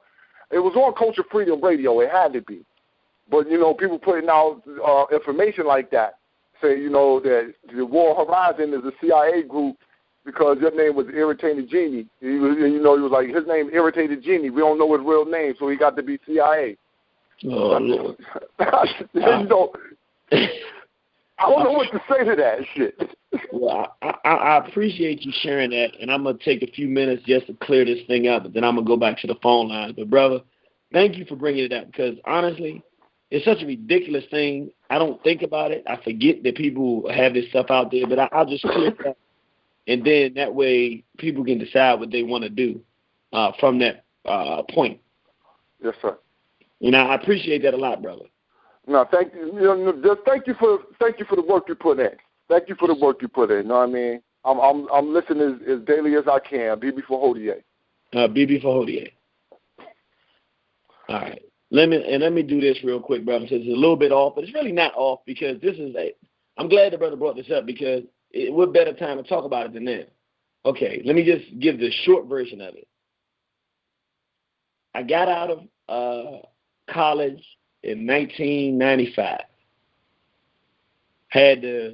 Was struggling, graduated top of my class, Hampton University, in finance, and couldn't get a job because the crackers, I was too black. I couldn't hide it. None of these crackers would hire me. So I did all that work and basically was out here struggling. I mean, living at home, my mom, this thing wasn't going good. I was here in D.C., couldn't get a gig. And when I took the first gig, I was at this one gig making $7-something an hour. Got a college degree making $7 an hour, really struggling. It hurt. The sister there got this headhunter. She called it headhunter. She found me this gig because I had a good GPA. And they got me up this U.S. government job doing government contracting, which I didn't even know what it was. I'm in D.C. You do government contracting work, Department of the Navy. So I got the gig, went there, was doing that work for a minute. Then I just want to put this out there because I don't normally talk about it. I'm going to keep it real. I was struggling trying to get a job, and I had got accepted for the job. And they said I had to start on, and this is an honest-to-God true story. They said, you got to start on October 16th, 1995. And I looked at her, I said, I can't.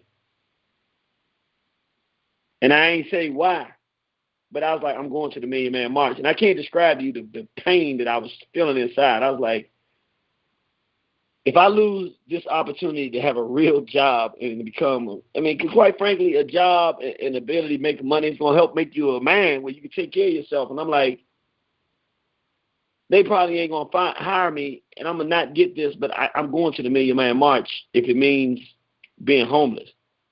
And I looked at the sister, and she was basically saying, you have to start at this time or else we can't hire you. And then I guess it clicked in her head because I didn't say it. I didn't know how she would take it. She realized why I wouldn't start that day. And she smiled, and she said, okay, well, we'll just start you that Tuesday, but you won't get paid instead of 3 weeks, it'll be 5 weeks because you didn't start in that pay period. And I was like, whew, man, it was one of the most traumatic situations in my life. I had to make a decision, and it worked out for me. I went to the Million Man March Monday. I started my job on Tuesday. So long story short, I'm doing government contracting, basically helping write contracts, whatever, doing that. And doing this work, going back and forth to Africa, being part of an African independent organization, freedom organization. Brother said, you need to write a book on this homosexual thing because it's really getting bad. I said, yeah, I'm going to do that, brother. So I went to Kemet for like the 5th time or the 3rd time. I think it was my 2nd time. And while I was over there, my spirit just said, leave the government. Go be on your own. Don't worry about how you're going to make it. Just do it. I said, all right, I'm going to do it. So I left the government to write the book in 2003.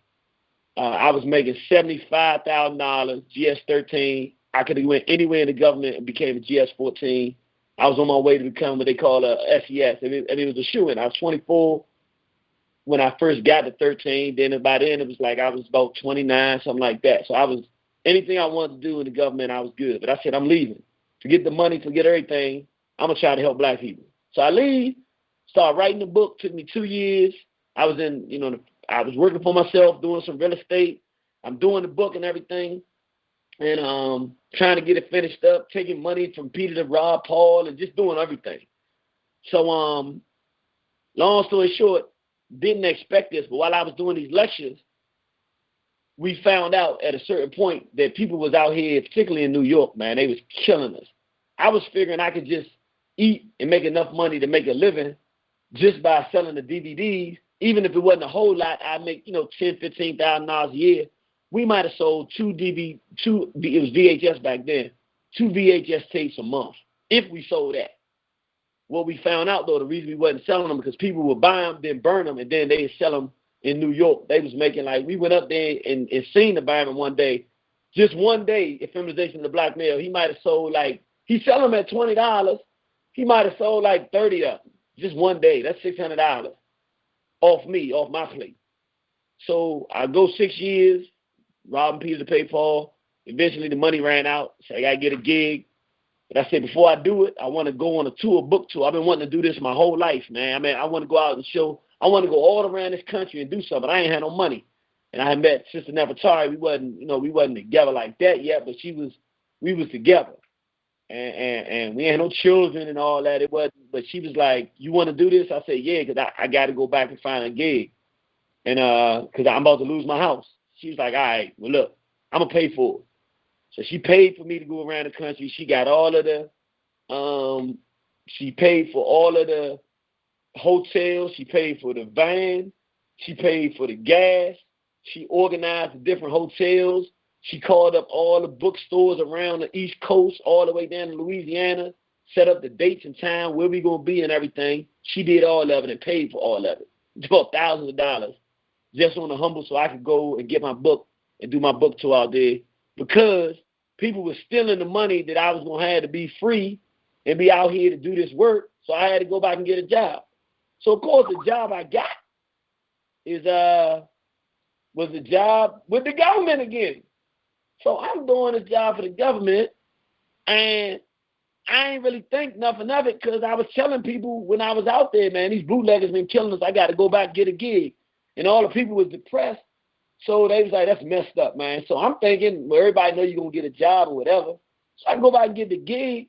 And we had that old weirdo dude come on the radio and everything. Ain't nobody else like him, but I like what he could do with the radio. So we got him on here, that old Gusty Renegade dude. I told Obama, as soon as he came on, I said, yeah, I work for the government. People think it's crazy, blah, blah. I told him I worked and everything. This Obama get mad because King Samir lit it up one night on the radio and decides he wants to go out there and tell everybody where I work and that I'm a U.S. government agent. And then that old weird-ass Chidi Obiawadu started doing the same thing. Now, here's what's so ridiculous, brothers and sisters. I know I'm going off the topic, but it's probably on the topic, because some people are wondering, is he an agent? This is how ridiculous it is. If you go back to my early programs on Chidi's show, I told everybody, I said, my name is Ayo Kimati. I gave my name and I gave my address. I wasn't even Irritated Genie at the first time I was doing interviews with that dude. It wasn't until Brother Kush said, look, bro, you can't be giving your name and address where you live. I'm like, look, Kush, I live in the Southeast. Any of these bandits come around here, I got the piece that they're gonna have problems. He said, brother, shut up. That's not mature. We're gonna get a P.O. box for the organization, and you don't give people your address no more, brothers. It's against security. I was like, all right, cool. So does somebody say I was trying to hide who I am? My name is on his interviews. You got the early interviews. I gave my full name, my full address where I live. How am I trying to be a government agent? What kind of idiot would do that? Then, by the time this fool come around and say I'm an agent, what kind of government agent can you put their name in on the internet and it come up telling you where they work and what their job description is? How dumb would the U.S. government be to have a government agent their job is to undermine the black community and publicize it on the internet so everybody knows that he's a government agent? Am I happy to be working with the cracker? Nah, but look, what I'm going to do? I got to feed my family, like we just said. I don't go up in there talking none of this stuff. They know because of that Bama, because he told people to call. So they call the job. And then I'm thinking I'm going to get fired, but I'm like, I'm going to sue him because I haven't done nothing illegal, so they couldn't do nothing. And they probably say it's better to watch him here anyway. At least, he ain't going to go too far because he's right here, we watching him. But I find out from people around here, everybody talking about the fact who you are. I'm like, dang, man, this fool, I was doing good, man. I'm a good spook, Joe. I'm telling you. Man, you see me with my suit on and everything, walking around, how you doing, Billy? Hey, how you doing? I ain't no coon and shine, but, I can shine a little bit with the best of them, but not like really shine and shine. I ain't no shuckerbuck. But I can slide in and slide out like that. I'm pretty good. I got to get it to myself. But I'm saying, long story short, now the same people who was bootlegging my stuff so that I had to go back and get a job is out there saying, look where he worked. They put me out of business, and then now they saying, look where he worked. He worked for the government. Well, the cracker pay me. I work for black people, and you steal from me. and I ain't talking about y'all because I know y'all brothers and sisters support what we do. I'm like, man, this is really crazy. I'm supposed to be a slave. I'm supposed to do all this hard work for my race, and you get paid. I can't charge nobody for the work that I do so that I will be totally beholden to you because you paying for me, so then you my constituency. No, I got to go to the devil to make some money. Then I got to come work full-time for my race, but I can't get paid a reasonable amount for what I do. But you can get paid for what I do. I'm like, that's like slavery. I got to do all of the baling the hay and picking the cotton, but you get paid. That don't feel right to me. And then when you do it and you go to make it survive, to make a living, now all of a sudden you're an agent. It's the most ridiculous.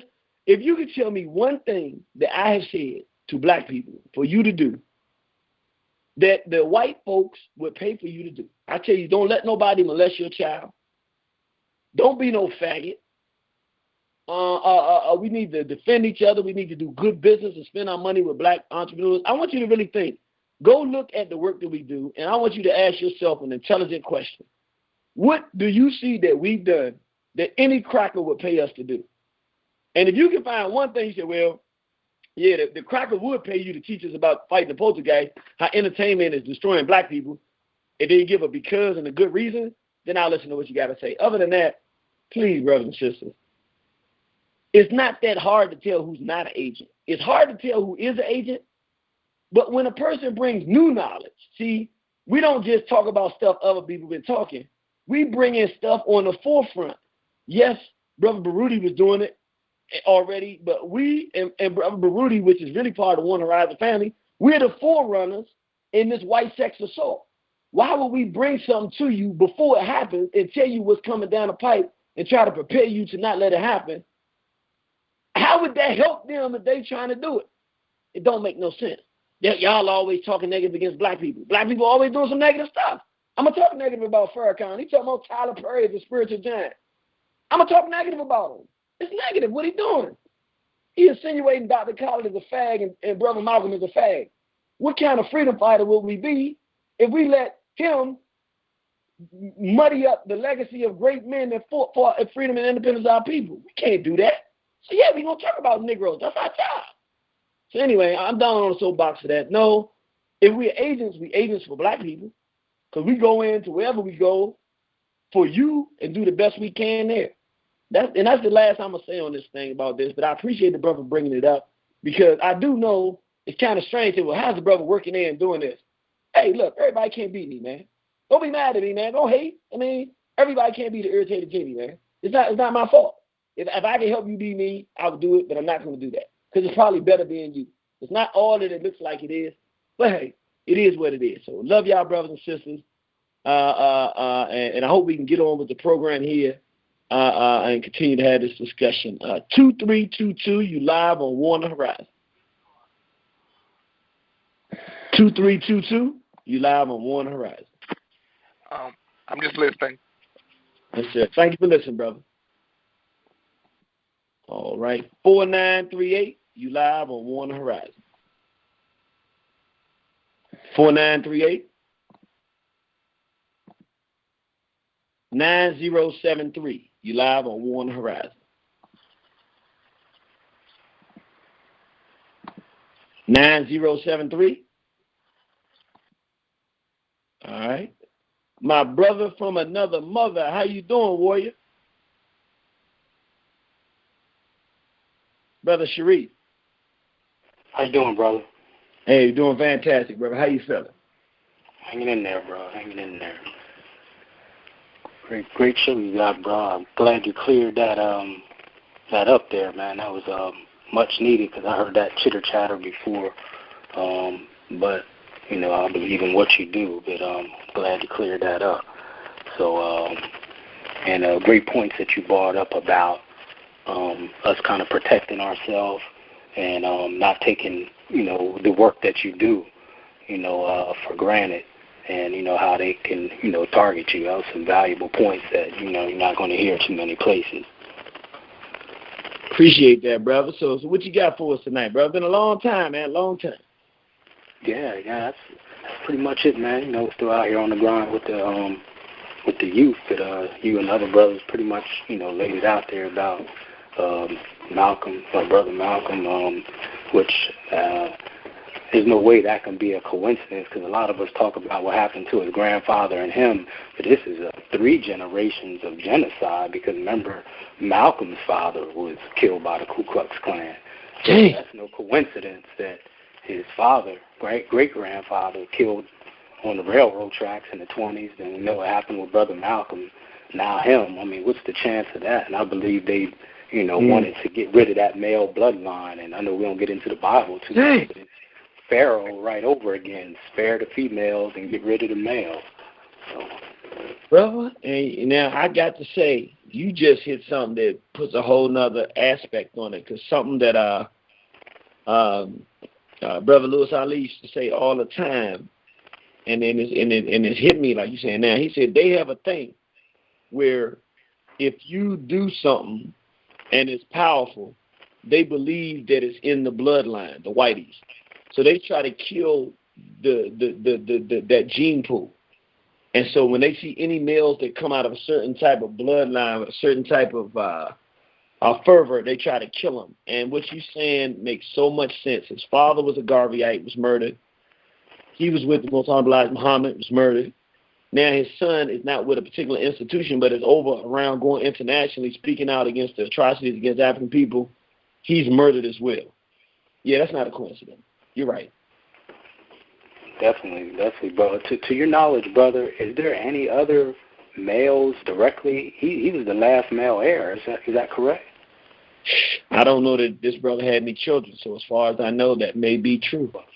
Well, I heard he has 2 little girls, but I was saying, was there any other? I think he's the last male heir under Brother Malcolm. So I believe definitely that they wanted to get rid of him before he gets started, because he's right at that age where because you notice they always get rid of us in our mid to late 30s, because at that time we're at our peak to reach 2 different generations. When you're in your mid to late 30s, you can reach the youth, but you can also reach the elders, because most societies say after you reach 40, you're officially a man. So Malcolm was taken out at 39, Martin was taken out at 39, Patrice Lumumba was taken out at 36. So a lot of us was taken out in our 30s, because you can reach 2 different generations at one time. So that's systematic. Man, that's kind of eerie. I'm 39 right now, so let me see. I gotta make it to December 2nd. I'll make it to December 2nd. I think I'm not putting myself in the same. I'm not in any way saying it in that way, but I am saying, those of us that are out here that are a little bit outspoken, we got to start considering those things, because I'm glad you put those numbers up. So that means I got to make it to the end of the year, and then I should have a little bit of clearing. What you think? Well, yeah, we're not going to speak that into existence, but it's not, like you said, it's not no spooky thinking. We should always, have each other's back, and when we're out in the public, we should, like you said, just being aware. I do a little bit of speaking, not on, your level or anything like that, but we should be aware, of what's going on. It's even been some troublemakers at some of the things, that I have done, so you just never know.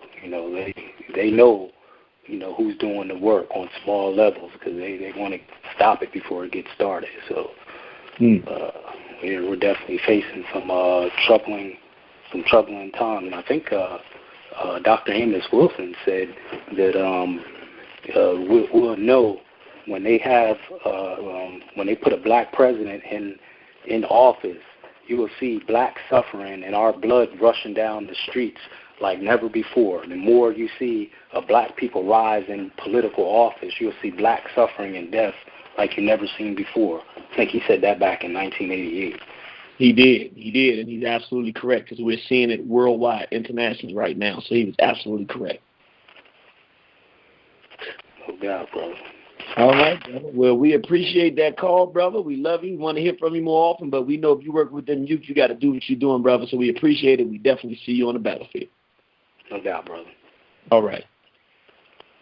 That's my brother from another mother, our brother Sharif down in North Carolina. Oh, yeah, let me just let the brother know. Brother Sharif. Brother Sharif? Yes. We're going to be in Charlotte, North Carolina on June 15th, so I don't know how far that is from you. Okay, that's only 2 hours from me. Post that address, and I'll be able to find out right where it is. Yeah. We'll definitely put it on our website. June 15th, we'll be in Charlotte, North Carolina. So we look forward to seeing anybody down there in the North Carolina area. We'll be there. We'll be doing our lecture, The Feminization of the Black Man. Oh, yeah, we need that. It's a lot of shaky ones down that way, bro. Yeah, how about that? All right, brother. Well, we'll see you on the battlefield. Okay, bro. All right. So my brothers and sisters in North Carolina, South Kakalaki, you got to come on out and so we can get this thing done. 2874, you live on Warner Horizon. 2874. 2874 going once, going twice. All right, they just listening. Uh-oh. Is this the champion? Is this the ding, ding, ding, ding, ding? Oh, got to put him back in the corner. Is this the champion here?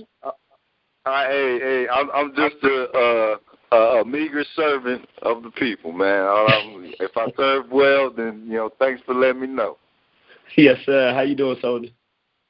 Hey, we doing all right out here. We surviving and fighting our urge of Valley Euro side. Yes, sir. Yes, sir. Bring it to me, man. What you got for us tonight? Well, I'm hearing that people forgetting that you're sitting by that door, man. It's for the people listening, what they have to do is listen for the lies. And y'all don't lie at Warren Horizon. Y'all don't lie about anything. Everything that you're giving is way too real for there to be any untruth to it. So yeah. If you need a reminder, go ahead. You know what I'm saying? I hope people listening to that and understanding that. I mean, first and foremost, you're understanding that it's war. Ain't no age you're gonna understand that it's war like that, and to really put it out there that this needs to be a constant mental state for our people. That it's war. So that type of move is not an agent move.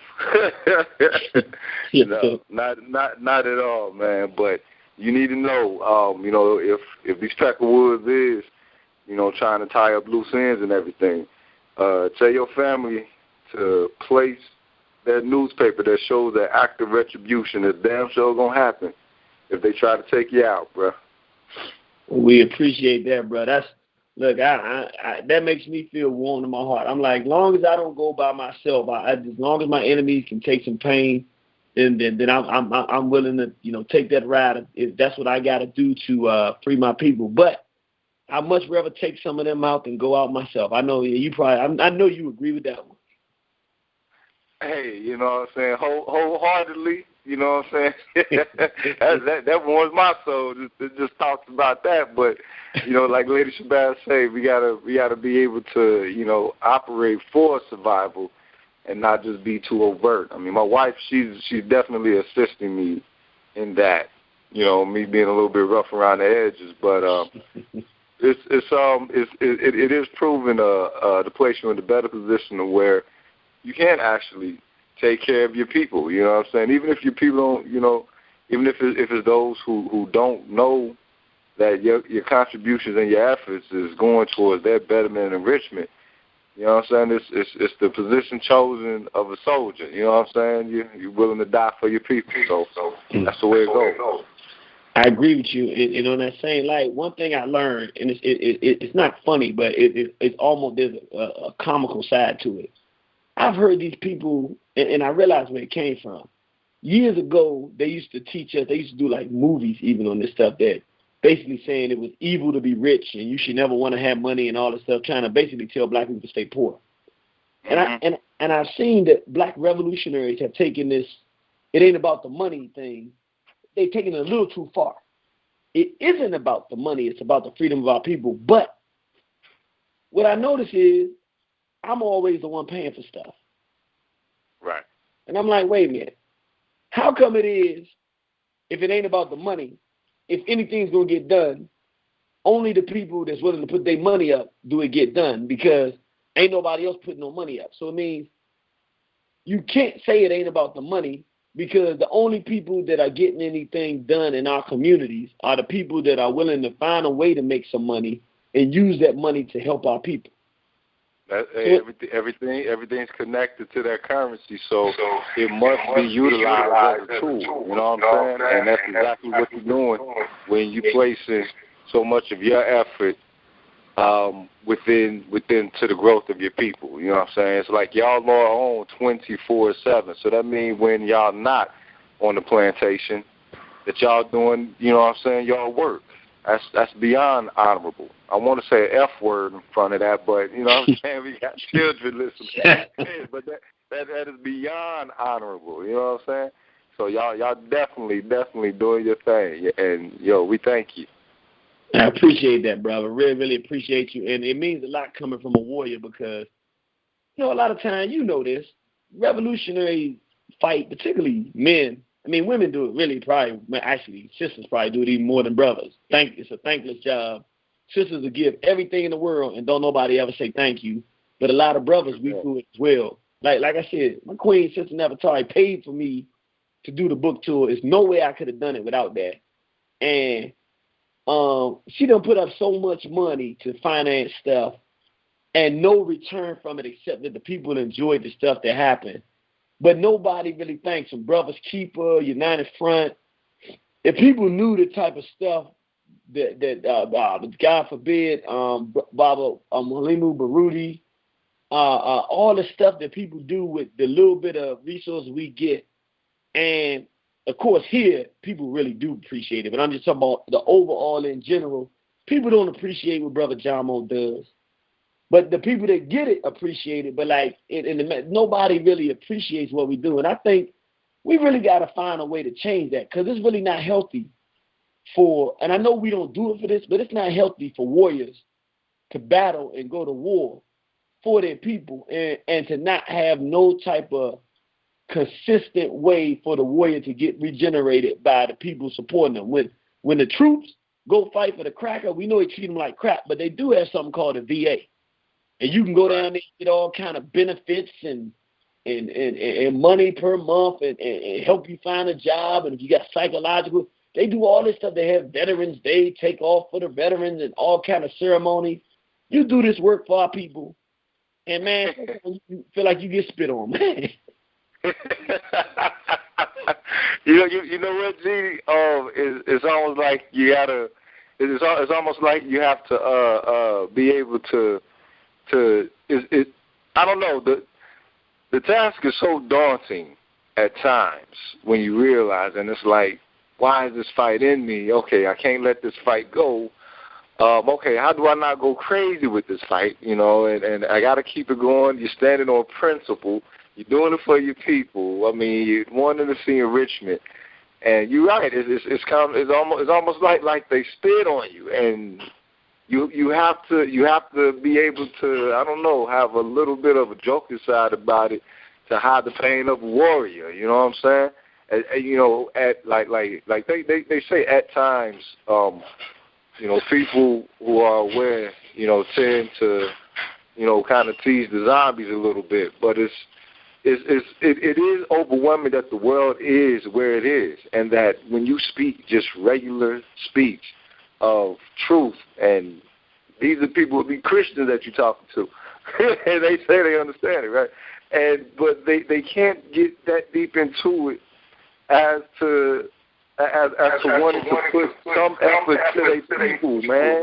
It's a trip. We said that all this religion and all this, and the majority of the time, somebody is, turning those up. It's been made to be disgusting the way the world is, and for those who wish for it to be in order, it's it seems like the task is never going to go away. So we can't turn our face away from it. They are family. They lost. You know what I'm saying? And I don't know, man. It's a daunting task, and the way that y'all been putting in work for all your time. I mean, the fact that your queen was, she did our set thing. You know what I'm saying? Yes, sir.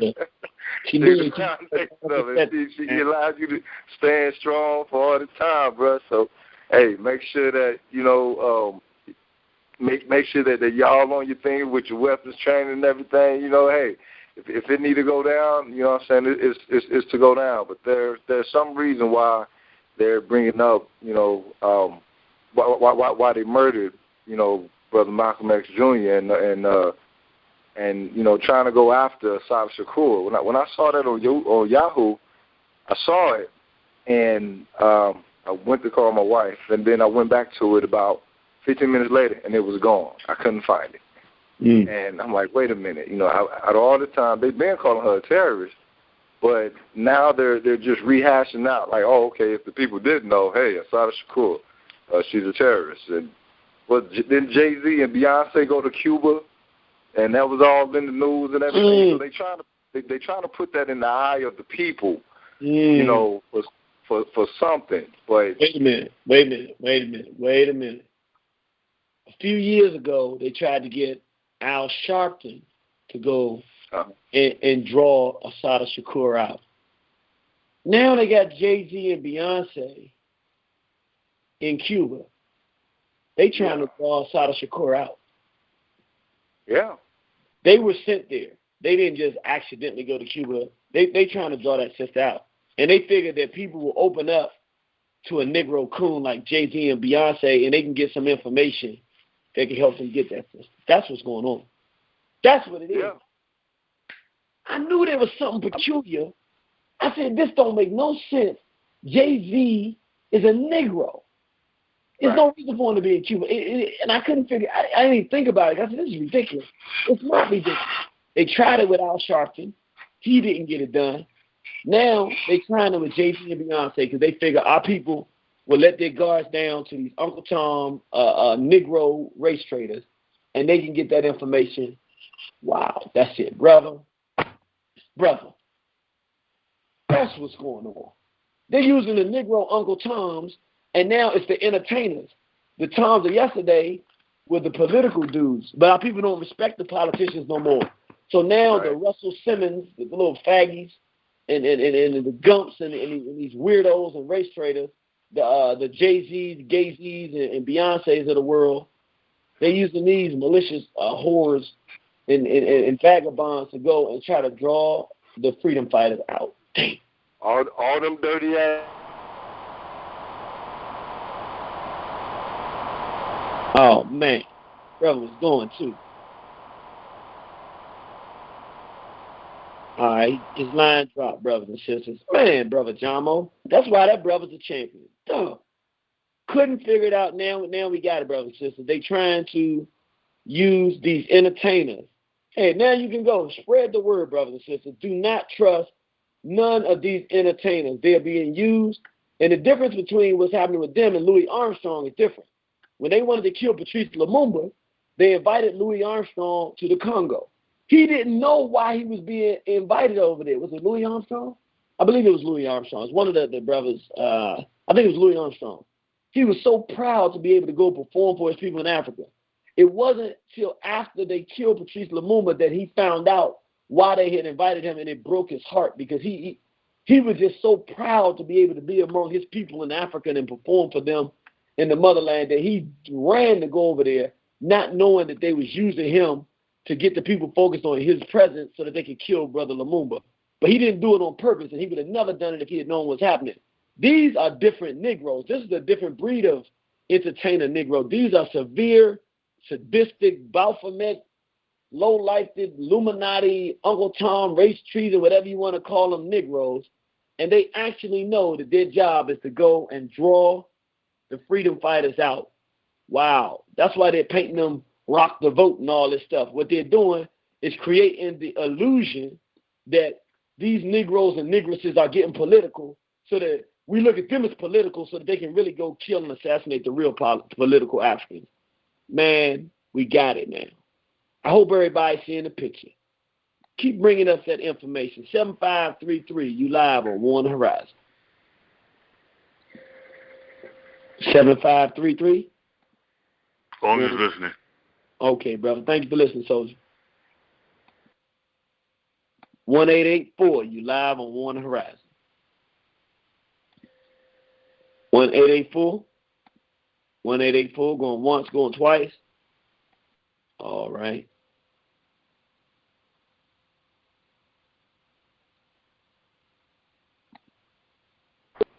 Uh-oh, there you go. Somebody said he hit him with a rib shot, and the Bama went down in the first round. Roy Jones, a young Roy Jones, the body shot in the house. Hotel boy. Hotel. Man, did you just say malicious whores and vagabonds? I don't know. Sometimes I get mad. I just start. Oh man, yeah, that's crazy. Hey, what can I say? As far as Mama's Assata Shakur, I talked to some elders that have rapport with Fidel, and they said that there's nothing to worry about, and that the U.S. is just clamoring and causing a scene, but that Fidel and his administration would never give her up for her political asylum. But what it means esoterically is, as warriors on this battlefield, is, you know, to destroy the morale and to weed out who's really in it and who really has a heart, to the guerrilla's heart, to stand in these trenches and deal with this beast. As far as the brother Malcolm Shabazz, man, I've been really disturbed since finding this information out on last Thursday. We were only pretty much a year apart in age, and I had been following him for about the past 3 years or so.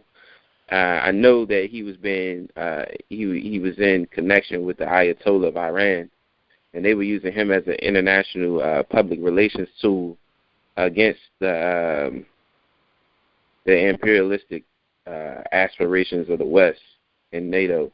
I thought that he had been visible enough to secure his safety, but apparently not. And it kind of makes me feel funny that we, as so-called nationalists and Pan-Africans, knowing the history and so-called understanding our enemy, that we would even question the circumstances that brought about this brother's demise. I mean, Khalid, the general, told us if he went home and slipped in the shower on a bar of soap, that the cracker did it. So I never had any type of reservation or hesitation on the culprit of this brother's demise. If people want to say it was loose women, I mean, okay, black women are beautiful. I mean, get over it. I don't see how that has anything to do with the work that this brother was putting in. In his recent autobiography, he said definitively that every morning he wakes up is a day that he knows is borrowed because of his stance against the white race. Mm-hmm. So that's just where I feel about it right now. It's a message for all of us to become more cognizant. Stop using your cards everywhere you go. Try to use more cash. Try to come off the grid a little bit more. And when I think about this, all I can really say is to underestimate your enemy is one thing that will bring about your defeat, but also to overestimate will also bring about your defeat in like fashion.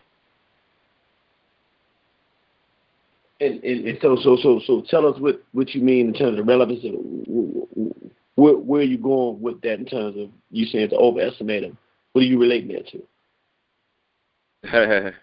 Well, that was kind of my way of saying if anything should happen to Assata Shakur or any other of our icons that have been vetted and we have found them to be true to our cause, that reprisals are in order. There's no army too great that should not fear reprisals. Yeah, you're right. You know, the elephant got to die at some point too. He's the biggest, meanest thing in the jungle, but they die every day. That's right. Okay, all right, brother. Well, that was strong, and I definitely agree with you that there's no reason to even really question whether or not they murdered him, because they did. And at the same time that they murdered him, is also an opportunity for us to say, okay, so if the brother was, we're not even know. I don't even want to assume that. They murdered him. No matter what he was doing, they were going to murder him. They do what they doing. But it's a message for us to make sure we got to start looking at how we operate, like you say, spending our money, do a little more cash so you're not predictable. Because we got to realize, particularly the more visible you are and the more vocal you are, that even though we don't want to see ourselves, I mean, it's very difficult for me to see myself as relevant enough to these devils for them to try to do something to me. Not that I feel invincible, but they got so much, but they don't look at it like that. They want to win. So I got to try to convince myself. I'm 39. When the brother said it kind of made me go, I'm 39. We really getting out here doing this work. People are hearing this. It's time for me to step up my radar and pay attention because, you know, they got a list. You don't know where you fit on that list. And you know, they got a list, and according to what you're saying, we got to make a list too, brother. So definitely appreciate the great work you're doing, and we'll definitely see you on the battlefield. Be before then. Be before then. All right, and just for the record, brothers and sisters, if anything happened to me, listen, I wasn't messing with no peccarists. I wasn't fagging out. I don't do no dope. I wasn't chasing no prostitutes. I wasn't smoking no weed or taking no crack. I wasn't just in some random place. I wasn't trying to rob no banks. I wasn't doing none of that stuff these crackers be made. I didn't get depressed and jump off no buildings.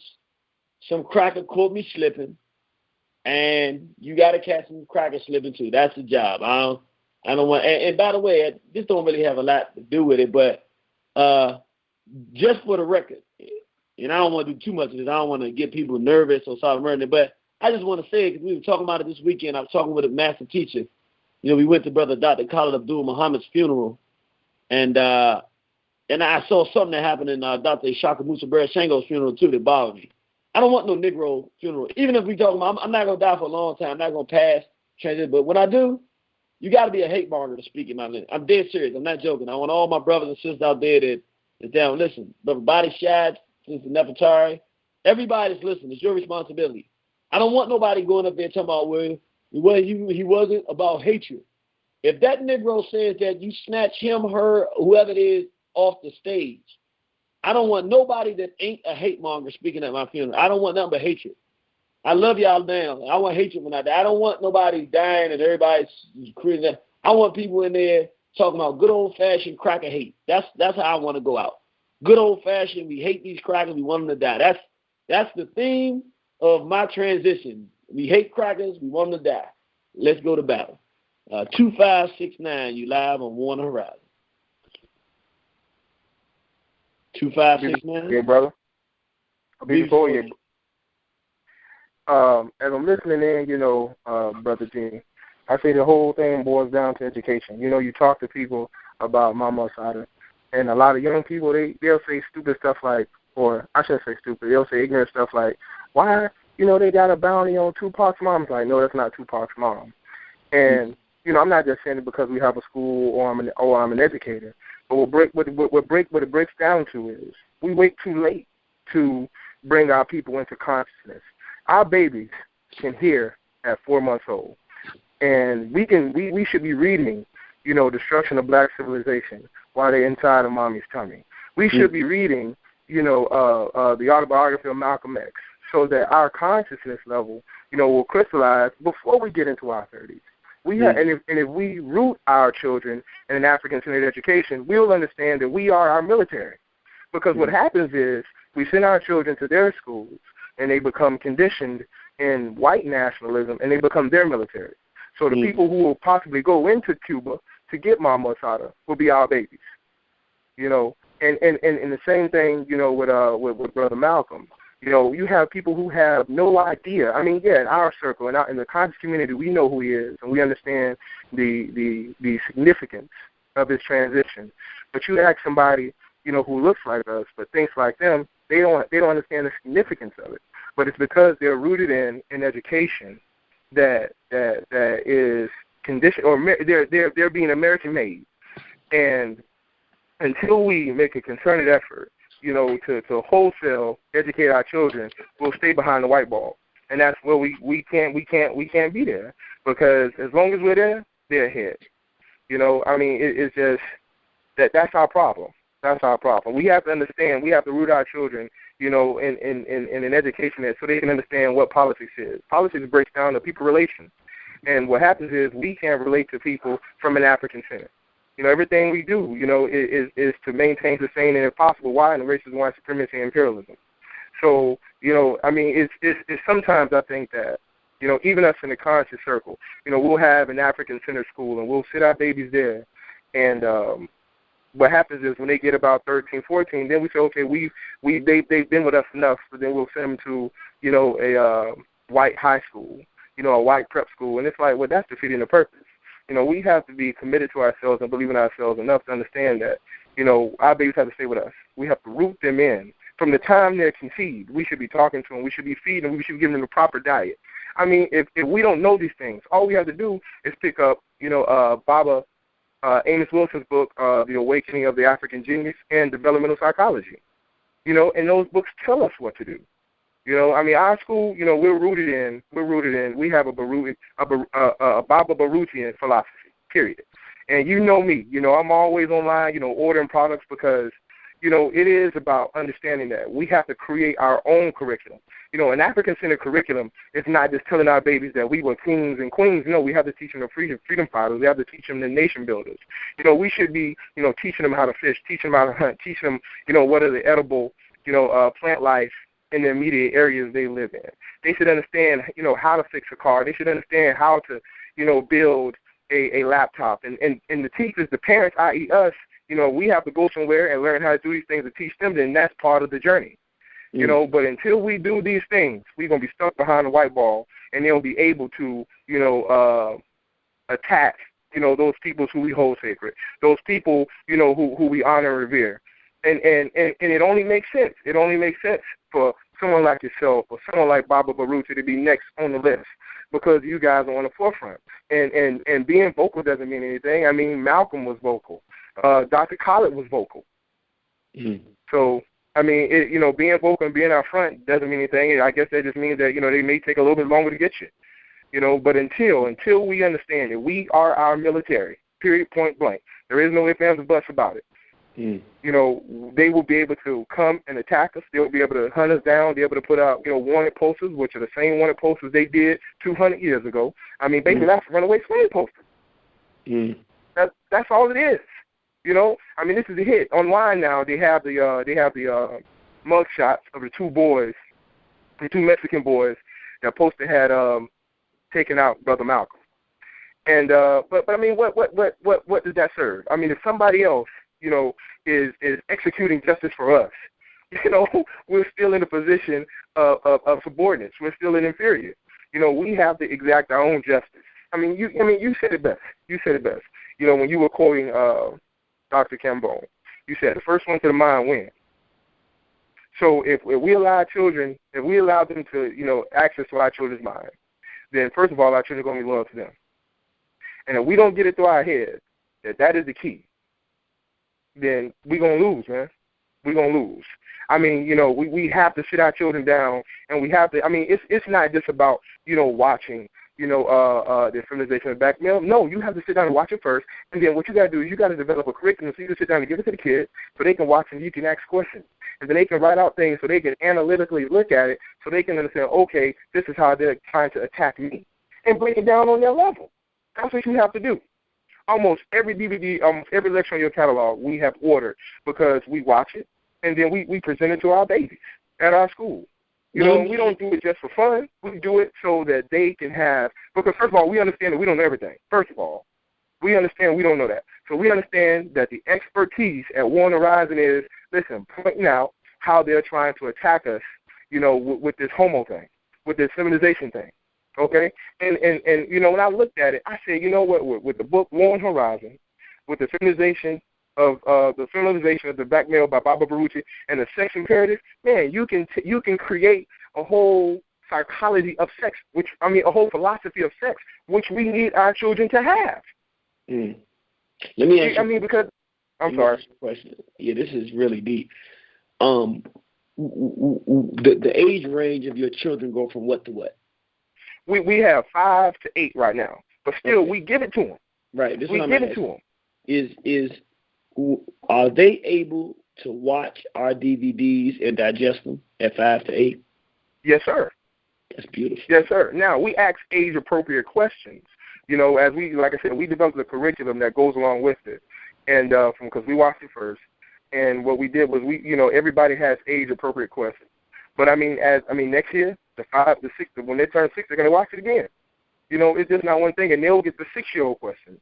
What did you see this? And, it's just that we have to understand. One thing that Dr. Amos Wilson says, he says this: what happens is our children are born genetically superior, in performance, everything, to European children. He says that in Awakening the Black Genius. What happens is from 2 to 4, from 2 to 6, what we do is we retire them, because we basically put them in the daycares and they sit there and it's warehousing. So their children end up getting a head start, or they catch us. And then when our children, we're born with that rhythm, that thing they can't quantify, that rhythm, that soul. So all those times when we told our children to do that dance and that rhythm has been cultivated, they go to their schools, and then what happens is, they told to sit down, be still, and then that rote memorization thing comes in. We don't want to see any rhythm, we want to see any improvisation, and their children are used to that because they don't have it anyway. They're soulless anyway. Did you all get the? My folks were supposed to send you some of them conscious book of ABC. Yes, sir. Okay. Good. Yes, sir. Yes, sir. And we really appreciate it. And but it breaks down to, brother, I promise you, it breaks down to, we either A, wait too late, we don't leave our children with us, or we just they never are immersed. I don't know if you saw it the other day, but up in Red Hook, New York, there was a middle school where they had some type of it was supposed to be a bullying seminar where they had the little girls kissing on one another because it was supposed to be anti-bullying, but they wanted the children to understand that it was okay to accept homosexuality. What? The little girls went home. Yes, sir. The little girls went home and say, "Mommy, all the kids are messing with me because the teachers had us in there kissing, and what? But we're not gay." And the parents went to the school. The parents went to the school and they was like, "Listen, what's going on?" The superintendent of this district in Red Hook, New York, said, "Listen, we stand behind this seminar 100%. It was an anti-bullying seminar, and there's nothing you can do about it." See, I'm telling you, the small hats are doing this on purpose. They know somebody's going to start killing people. They are fully aware that they're going to create chaos in the society because the wrong person that finds out that you had their son kissing a boy or their daughter kissing a girl is going to go home, going to load their weapon, and going to kill somebody. And then they're going to act like that person is a criminal. That is the craziest thing I've ever heard. Do you have a video? I mean, is it something you can send us a link so we can? Yeah, I sent the link. I emailed it. I'll resend it. Did as soon as I saw it, I said, go ahead. Did you send it to our email? Yes, sir. Yes, sir. As soon as I saw it, I'm like, I got to send this one. When did you send it? Maybe about, I think it was last week or 2 weeks ago. But I'll resend it. Is it a video or is it a story to read? It was a story. Okay, we got to get that. If you can resend it to us, bro, we need that again. We appreciate that, and my folks will definitely get that to me. Definitely appreciate all the wisdom you bring to it. You keep taking care of them youth, and we'll see you on the battlefield, brother. Yes, sir. BB48. BB48. Don't forget, we're going to be down in Miami June 8th. We will be there. All right. We'll see you, soldier. All right. Get a queen our best. 529-520. I'm disturbed by that, of course. 5209. You live on One Horizon. We're talking about Assata Shakur, our brother Malcolm Jr., and the impending Obama nation assault on our people. How you doing? Fantastic, my brother. How you feeling? All right. First of all, I'd like to say this is my first time calling, and my first question is, I hear you all saying, BB48, Fahodier, and I want to know what exactly does that mean, because I don't want to say it and not know what it means. Appreciate that, brother. First of all, thank you for being the first-time caller and calling in. A Bibi Fahodier is a tree word. It's a language, original language in Ghana, and it means black liberation. Black liberation, and it's pronounced Bibi Fahodier? Yes, sir. A-B-I-B-I F-A-D-I-E.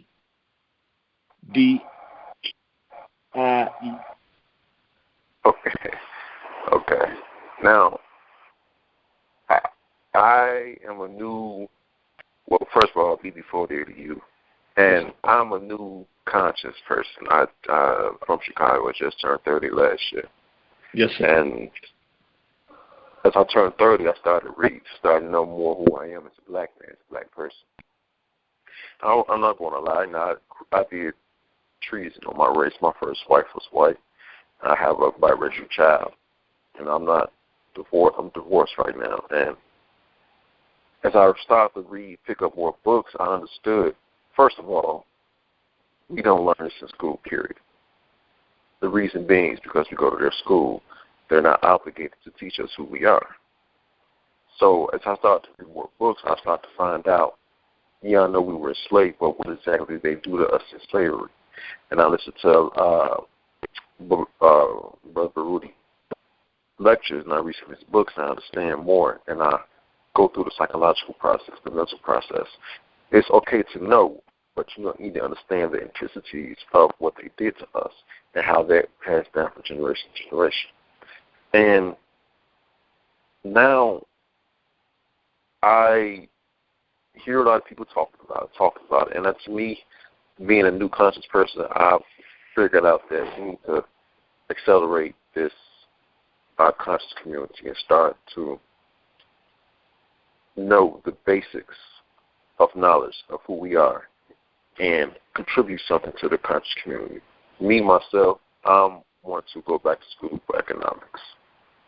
Because I feel like our neighborhoods are an economic plantation.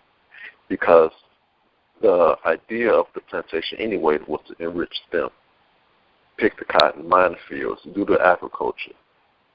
And in our communities, we have Asians in our communities, we have Arabs in our communities, we have everybody is in our community, and we accept us as a business.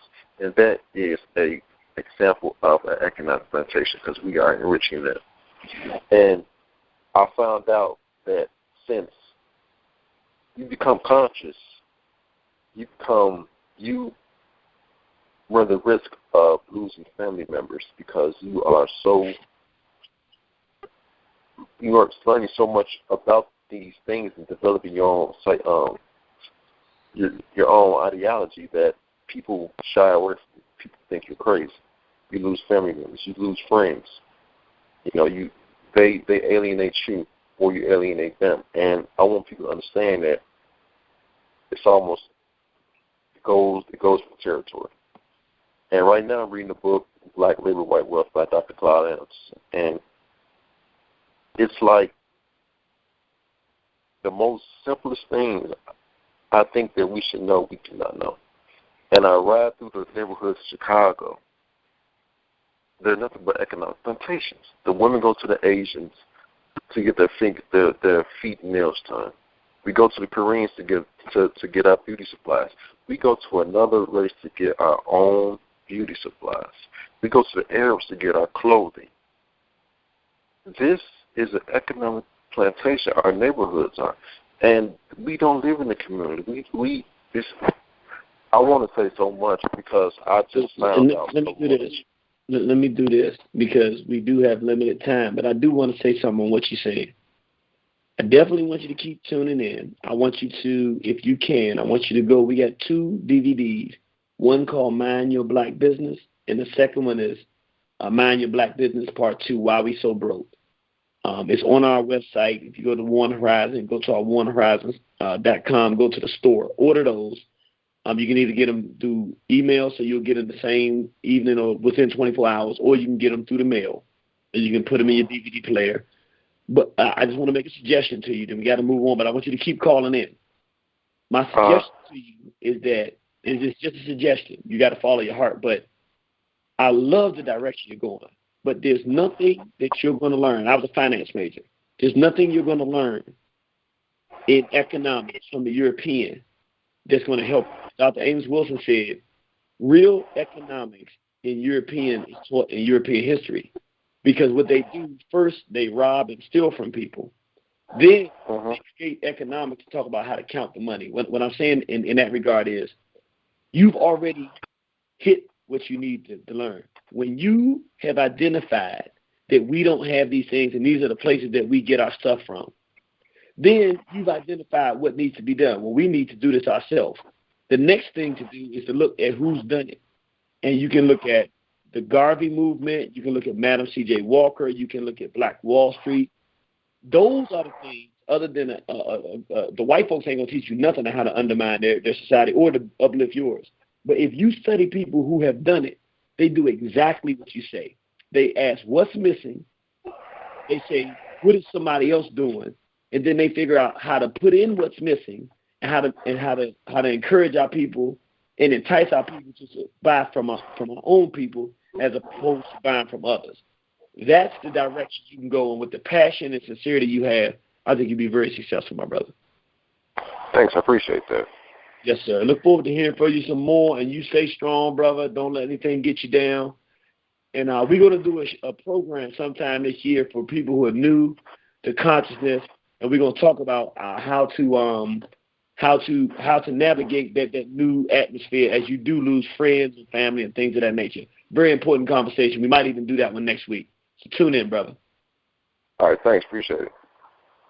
Yes, sir. See you on the battlefield. That's a strong brother. He calling in saying, look, man, it's all coming down on him. He's not going backwards. He's moving in. And he's saying he wants to take that battle of how do we economically take our communities back. And that's a discussion that needs to be had, and I'm glad that brother called up.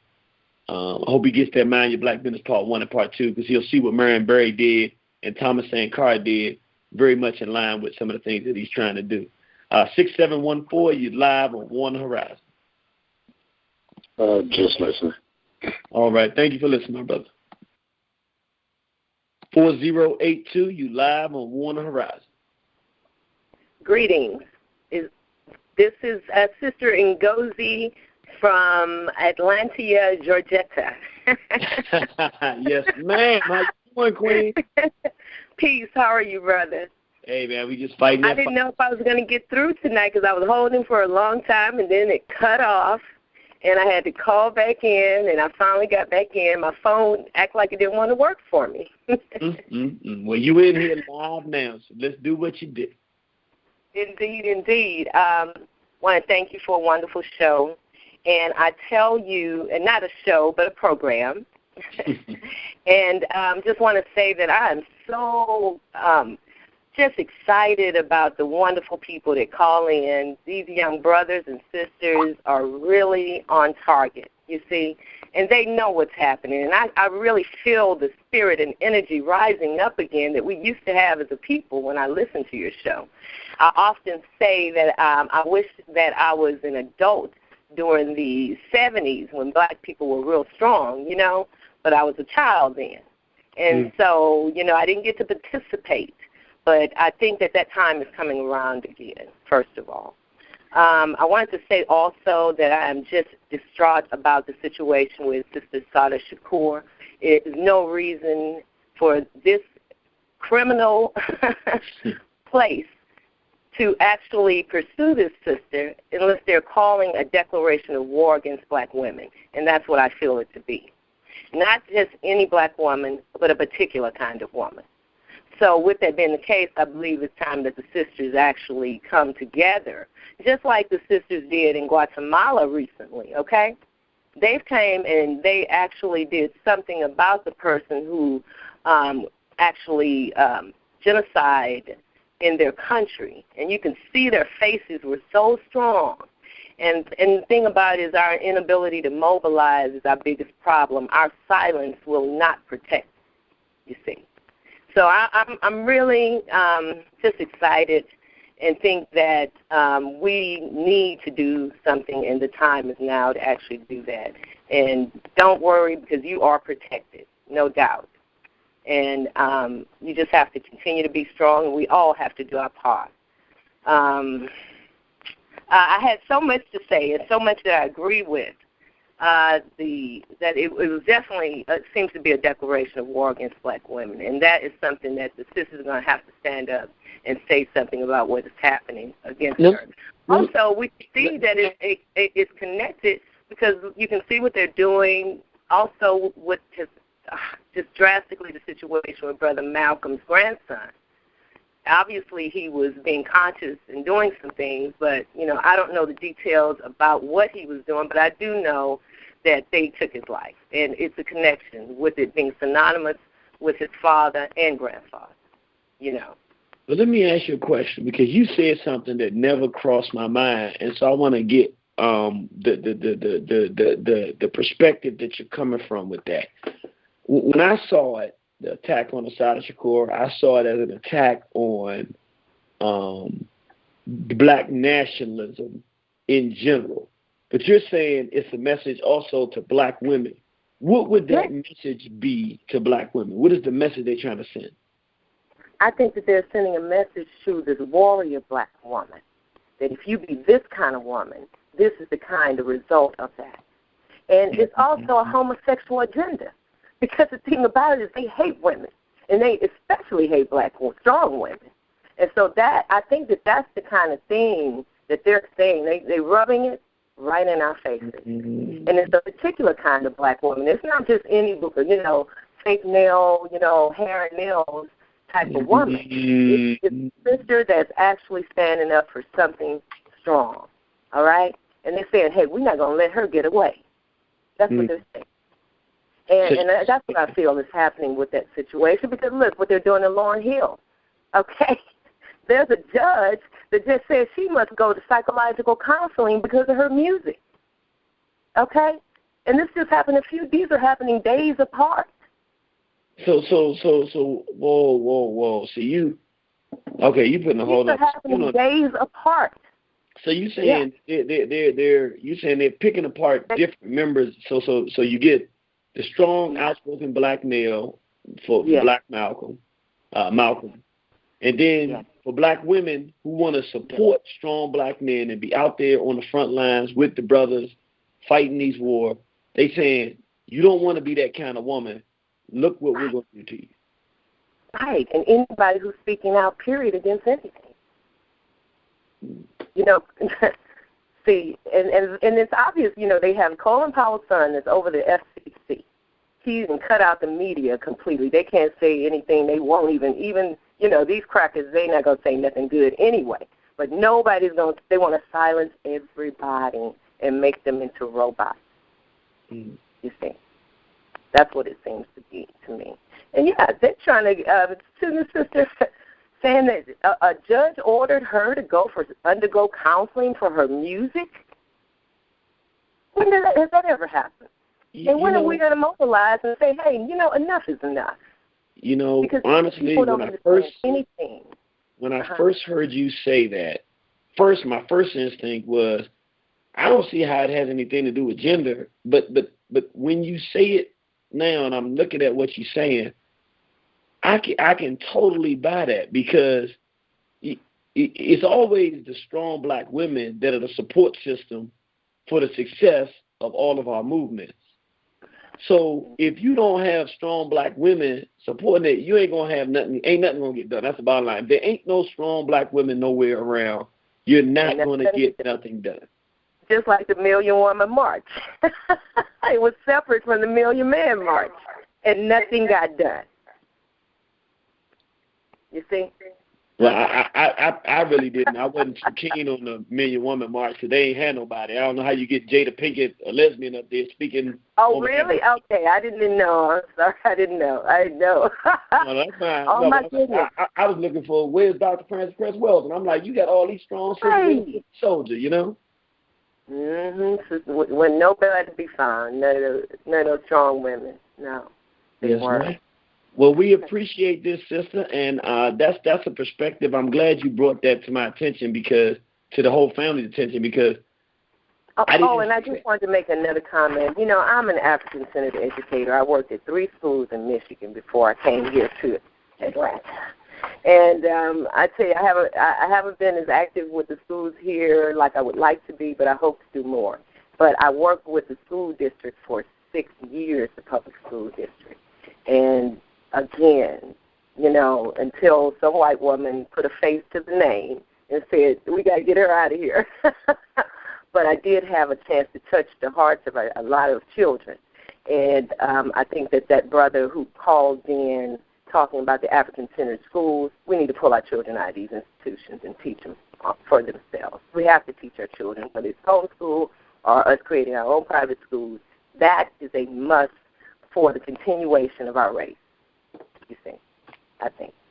So that was just some of the things I wanted to say, but definitely we look forward to seeing you very soon. I don't know if you're coming this way, but we will come to you then if that's what has to happen. Yeah, we're going to be in Atlanta. We're going to be working something out with Bob and Rudy, so before the end of the summer or in the fall, we will be in Atlanta. Keep us informed for sure. All right, then. Thank you, brother, and blessings and protection to you, all right? All right. Appreciate it, sister. All right. Peace. Want to and for those brothers and sisters who in Atlanta, you can also come to Charlotte. We're going to be doing the feminization of the black male on June 15th. You can ride on up from Charlotte and ride on up to Charlotte and have an opportunity to see us when we come down there. And then we'll also be in Atlanta before the end of the year. Also want to announce next week's program. Make sure you tell everybody you know to tune in. We're going to have the president of the National Black Farmers on. Speaking to my brother who called up and said he's a first-time listener. I hope he's still tuning in. We're going to have the president of the Black Farmers, the National Black Farmers, and he's going to talk about everything that the black farmers are going through, how they've stolen so many millions of acres of land, and how we need to be able to feed ourselves and how we can start creating distribution channels and feeding ourselves. So you want to tune in to that program next Monday night. That's going to be serious. When you start talking about feeding ourselves, now you start talking about real labor-intensive, movement-oriented dialogue. So tune in next week so you can hear that conversation, brothers and sisters. We got a few more calls, so I'm going to ask you to make it brief so we can get on out of here, but want to make sure we get everybody to get that opinion in so we can have the right idea. 7730, you live on Warner Horizon. Blessings, King Irritated Genie. How you doing? I'm doing fantastic, my brother. What you got for us tonight? Well, one thing, I'll make a short comment to tonight's discussion that I find very intriguing to hear all of this. And I've been hearing before about with Malcolm's grandson death last week. And the funny thing with him is I was checking the numbers saying when was Malcolm born. And he was born, and he's going to be born next week of the 9th. And his grandson was assumed killed on the 9th. So there's nothing in law of nature that's done by coincidence when people are killed or assassinated these ways. They do things by numbers and by calculation. This is what I'm starting to notice lately. You notice that, Irritated? Well, actually, brother, Malcolm's birthday is the 18th, I think, but I think what you're saying is 8 plus 1 is 9, and he was killed on the 9th? Yeah, I mean, I followed you tonight. It's the month of May he was born, and you know his grandson was killed last week or I think a few days ago. I forgot what day, but and let me just say this for people out there that saying we don't want to get off into the conspiracy theory thing. I got to be honest though. Okay. No. I'm not criticizing. I'm being 100% honest. When I looked at the fact that he was killed a week before Malcolm X's birthday, that's when I didn't even ask a question of whether who killed him. It's not a coincidence. You don't, a week before Malcolm X's birthday, his grandson gets murdered by chance. There's no possible way I would ever believe that. That's definitely an assassination. So that close proximity to his murder, I agree with you wholeheartedly, brother. And my short question before you got to the callers, in regards to Assata Shakur. Is it evident? Okay. Yeah, I got it. Yeah, one thing I find out with the sister is it's funny how this system now go out their way to go get her after 40 years. And they know where she is. And now they're putting it. I feel like they're doing this to start off the younger generation that want to be radical to send a message. Because no, we got to try, and the old woman said, most times we watch you. And probably going to restore the choir to some of them. That's, to younger brothers that want to do construction. Let me do this, brother. You breaking up on us. What I'm going to do, I got your question, though, so I'm definitely going to respond to that. But you breaking up, so we not able to hear exactly what you're saying. But I did get the first part of that question, so I'm going to definitely answer it. Excellent question and excellent point you made about his grandson as well.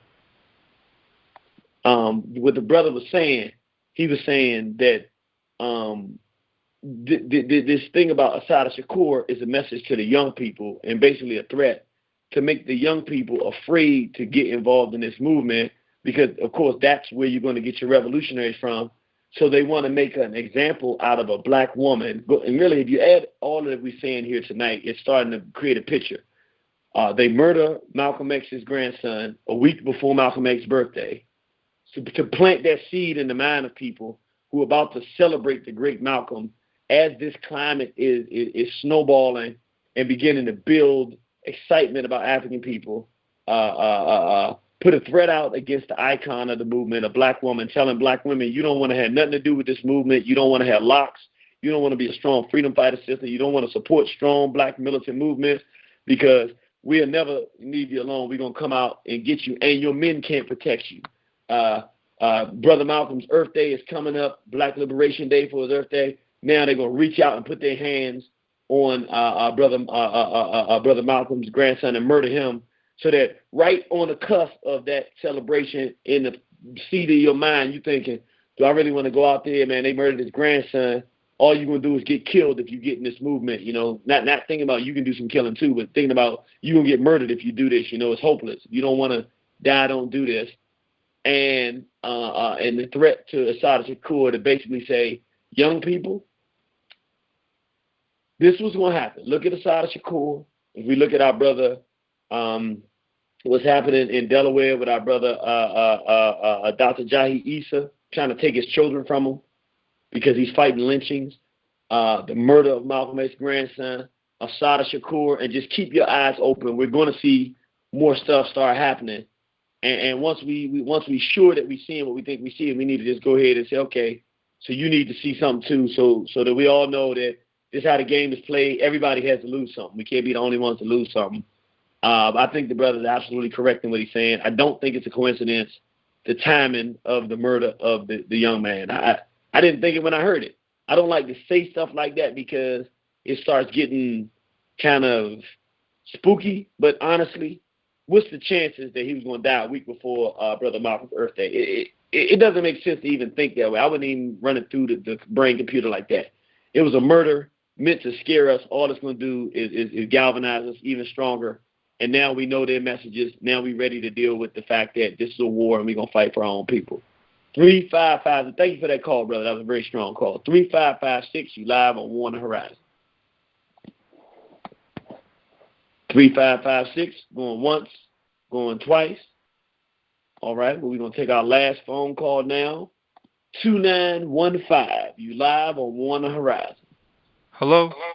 Yes. How you doing, my brother? Hey, how you doing? How you doing, brother? Irritated Genie. Fantastic, brother. All right, man. I just wanted to, this is my first time actually calling into your show and listening in too as well. I remember one time my brother had gave me one of your tapes early on when I was a little younger. Your hip hop, the terrorism on hip hop being a terrorist for us, basically. Yes, sir. And the brother Black Kush, he came through and he had gave me a lot of information. It was pretty informative. And growing up, I just wanted to say growing up because I was raised up by some strong women, and I had my father in my life too. Like my grandmother was a freedom fighter too. She recently passed, and she went to the grave still being a freedom fighter. Had some books out, some poem books out, and stuff like that. And I just wanted to tell you, brother, that like younger generations, I'm a younger brother. I appreciate everything you're doing for us, as you continue to do. And just wanted to tell you that nature is supporting you, brother. You know what I mean? Like nature supporting you, because it seems like we know, like what my fingers was getting me was really hurting my heart is that I don't understand why they want to usurp this thing, man. You know, I don't understand why they want to usurp this thing that nature supports, and nature is like our direct, to me, like I was taught, is our direct. It shows us God up close, you know. And I'm not trying to get too spooked out with nobody, nothing like that. But it shows us straight up, a God up close for us. And they try to turn man against female, and these are natural things that help the atoms rotate. It helps everything rotate, you know. The opposites, the polarities, they work with each other, complementary. And especially us, we was put here to be the crown of the creation, man, you know. And like that's a battle they can't win, you know. So on any forefront, like you said, any forefront that we can stand up and keep being in order with nature and being in order with God, we going whether no matter what they do, there's the battle they gonna lose. So like I can't wait till you come down here to down south to Miami, brother, because I want to come down here and listen to one of the lectures. And I just wanted to tell you, brother, I'm gonna continue listening to your radio show. I'm gonna continue promoting the War on the Horizon. PKV, if I don't know if it was still around or whatever, but I promote that too, and just continue. Don't even worry, because I'm telling you, God got you, brother. And this is something I don't think, if anything, and they touch you, I don't think they don't want to touch you or nobody like yourself, because nature is on your side, brother. You know, nature's on your side. All right, bro. Well, we appreciate that vote of confidence and that great work that you're doing, sharing the information, listening in, telling other people to listen in and get that good information, and building this African family. We're not going to always agree on every point, but that's why we talk, because we can come to agreement or some points of understanding that help us move forward. And it's beautiful to hear. Matter of fact, how old are you, young blood? Actually, brother, I'm 29, brother. And I wanted to say also is like, because we get confused with the religion and stuff like that. Because when I was a little younger, like I grew up, my grandmother, I didn't have no religion. We just believed in the Creator. We had a basic spiritual background, you know. And then my grandmother, they came out of Nationalism. They just had the basic spiritual background. Then I grew up, and I had to go out in this world. And I had to figure it out for myself. I had to confirm everything that my mother, my grandmother told me. So I joined the Sunni Islam, and when I looked in there, man, I just was like, man, this is not for me, man. We emulating these other guys. We gotta learn this. It's hard learning English as it is. Now we gotta learn Arabic. And then words have power when you have put truth in yourself. But the son is a son no matter where it is. You see what I'm saying? The black man is a black man no matter where he is. You know what I mean? A devil is a devil. Wrong is wrong. You see what I'm saying? Yes, so to confuse you with all of these words, that's how they trick you too, with these words too. And so I just was saying, well, as black people, we need to get back down to something basic, understanding like the basic laws and basic things, like, and don't be in competition with each other with this ego thing and all that stuff. But let's just get things simple, because a lot of people are in different points of their spiritual development. We gotta understand everybody not there, man. You know what I mean? So for those, I mean, like if I'm gonna miss the boat, and I'm gonna pray for them brothers, but I'm gonna keep on. I'm gonna remain who I am. I'm gonna stay on the battlefield. But in order to get some of them other ones we think we gotta get in, we gotta keep it simple. You know what I mean? And that's what you're doing. Continue to keep it simple, and I appreciate it. All right, that's what we're gonna do, brother. And with that, we definitely appreciate you, and we're gonna ask you to stay strong and keep on the battlefield. All right, you too, brother. Peace. Peace. Young blood up here, excited. I like that, man. We got these new first-time callers. They calling in. They jumping in the battle. That's what we need, man. We need new life. We love all of our traditional callers that call in every week, but we also love to get some new blood in and let other brothers and sisters call in and mix it up so they can bring, different kind of perspective to us so that we can start moving this family in the same direction. Well, don't want to belabor the moment. Love y'all, brothers and sisters. Love all the great work and support that you're giving for us. Hope you forgive us for sometimes I go off. I got emotions too. People calling us agents and all this kind of foolishness. You do everything you can do to try to help your race, and so sometimes you're a human. Well, you're an African too, and you got something you got to say, but y'all bear with us and stuck with us to the whole way to the end. And so we love you. But ultimately, I think the theme of this program tonight was, it don't matter what the cracker do. He's not going to scare us. We're going to fight him till we beat him. And when we beat him, we're going to finish him. So that's the real conclusion. We're going to be cautious, and we're going to mind and be safe and understand that we're approaching very dangerous, turbulent waters as Pan-Africanists, as Haitianists, as Black nationalists in these days and times coming ahead, which just means we have to turn up our militancy, we have to turn up our self-defense, and we have to turn up our willingness to deal adequately with our enemies. Thank you for listening, brothers and sisters. Let's support our sister Assata Shakur and make sure that we don't allow what happened to our brother Malcolm to happen to her. But let's not let our brother die in vain. He lived to some degree within the context of his great-grandfather and his grandfather, and now him. And we sure in that bloodline there will continue to be Africans who will fight for our people, and we want to be spiritually just as much committed to the liberation and freedom of African people as any other African people around the world who are fighting for our people and make our ancestors proud. With that said, we're going to end the program like always, but tonight we're going to end it with our song by United Front, You Can't Stop the Movement, because no matter what these crackers do, they can't stop the movement. Remember, sometimes we have some disagreements, but we didn't come here to be your friend. We came here to save you. We love you. We'll see you on the battlefield. War on the horizon. You gotta love.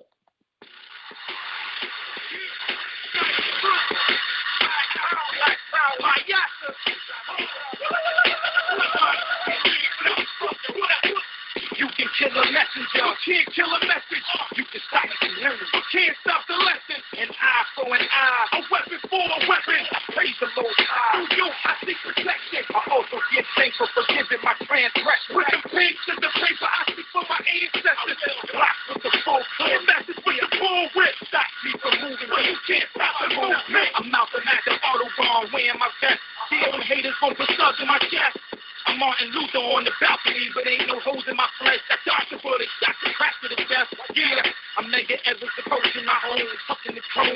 Passion keep me shot his ass in the dome. I'm the pastor of this church.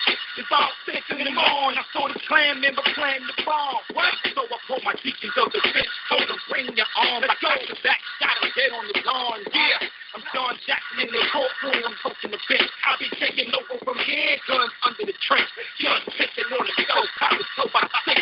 Sent the shot to the face. Barrel under the legs. I'm Fred Hampton. I'm in my bedroom lamping. When the pigs rush the door, I'm oppressed in the action. I only care about your grip. I don't want your respect. I don't give a fuck about your future. I don't care what happens next. All I know is if I keep praying for you, then I can keep cashing checks. I don't care about your people. While it's way down again, I got you motherfuckers. I'm praying to do anything I say. I told you being white was so holy and fight. To the day you can deal wanna be just like me. You believe in the leaders and the idols I create for you. It's just sad because you already got a history that pray for you. But if you keep playing dirt, I'm gonna keep playing too. Until the day you can realize that I ain't playing with you. And on the day you wake up, I make the world shake up. You better be prepared to bust shots like the maker. And all you revolutionaries holler about freedom. I hear you talking now, but yeah, I hear you. So I'm a side on the turnpike, shooting that state proof. I struggle within the movement, never had to run at you. Or you can kill a revolutionary, not the revolution. Gotta build an institution, that's the only solution. Come on, Jamil, that the mean John shots that the lean. Or your Robert S. Williams, Trent Martin Luther King. Before they Rushton, those are the empty dreams. Don't forget these crackers put us on boats like Ricky Dean. I'm a black man here, you somewhere in between of being a warrior and tweeting and Krispy Kreme. Who fake text, who like high cut hair, burn house, white man pimping in. You got my people burn revolution when we televise. More like word of mouth, word of mother mobilize. 50th Street burning down, history, strategy. Our people learn about. Last thing the devil heard, always die.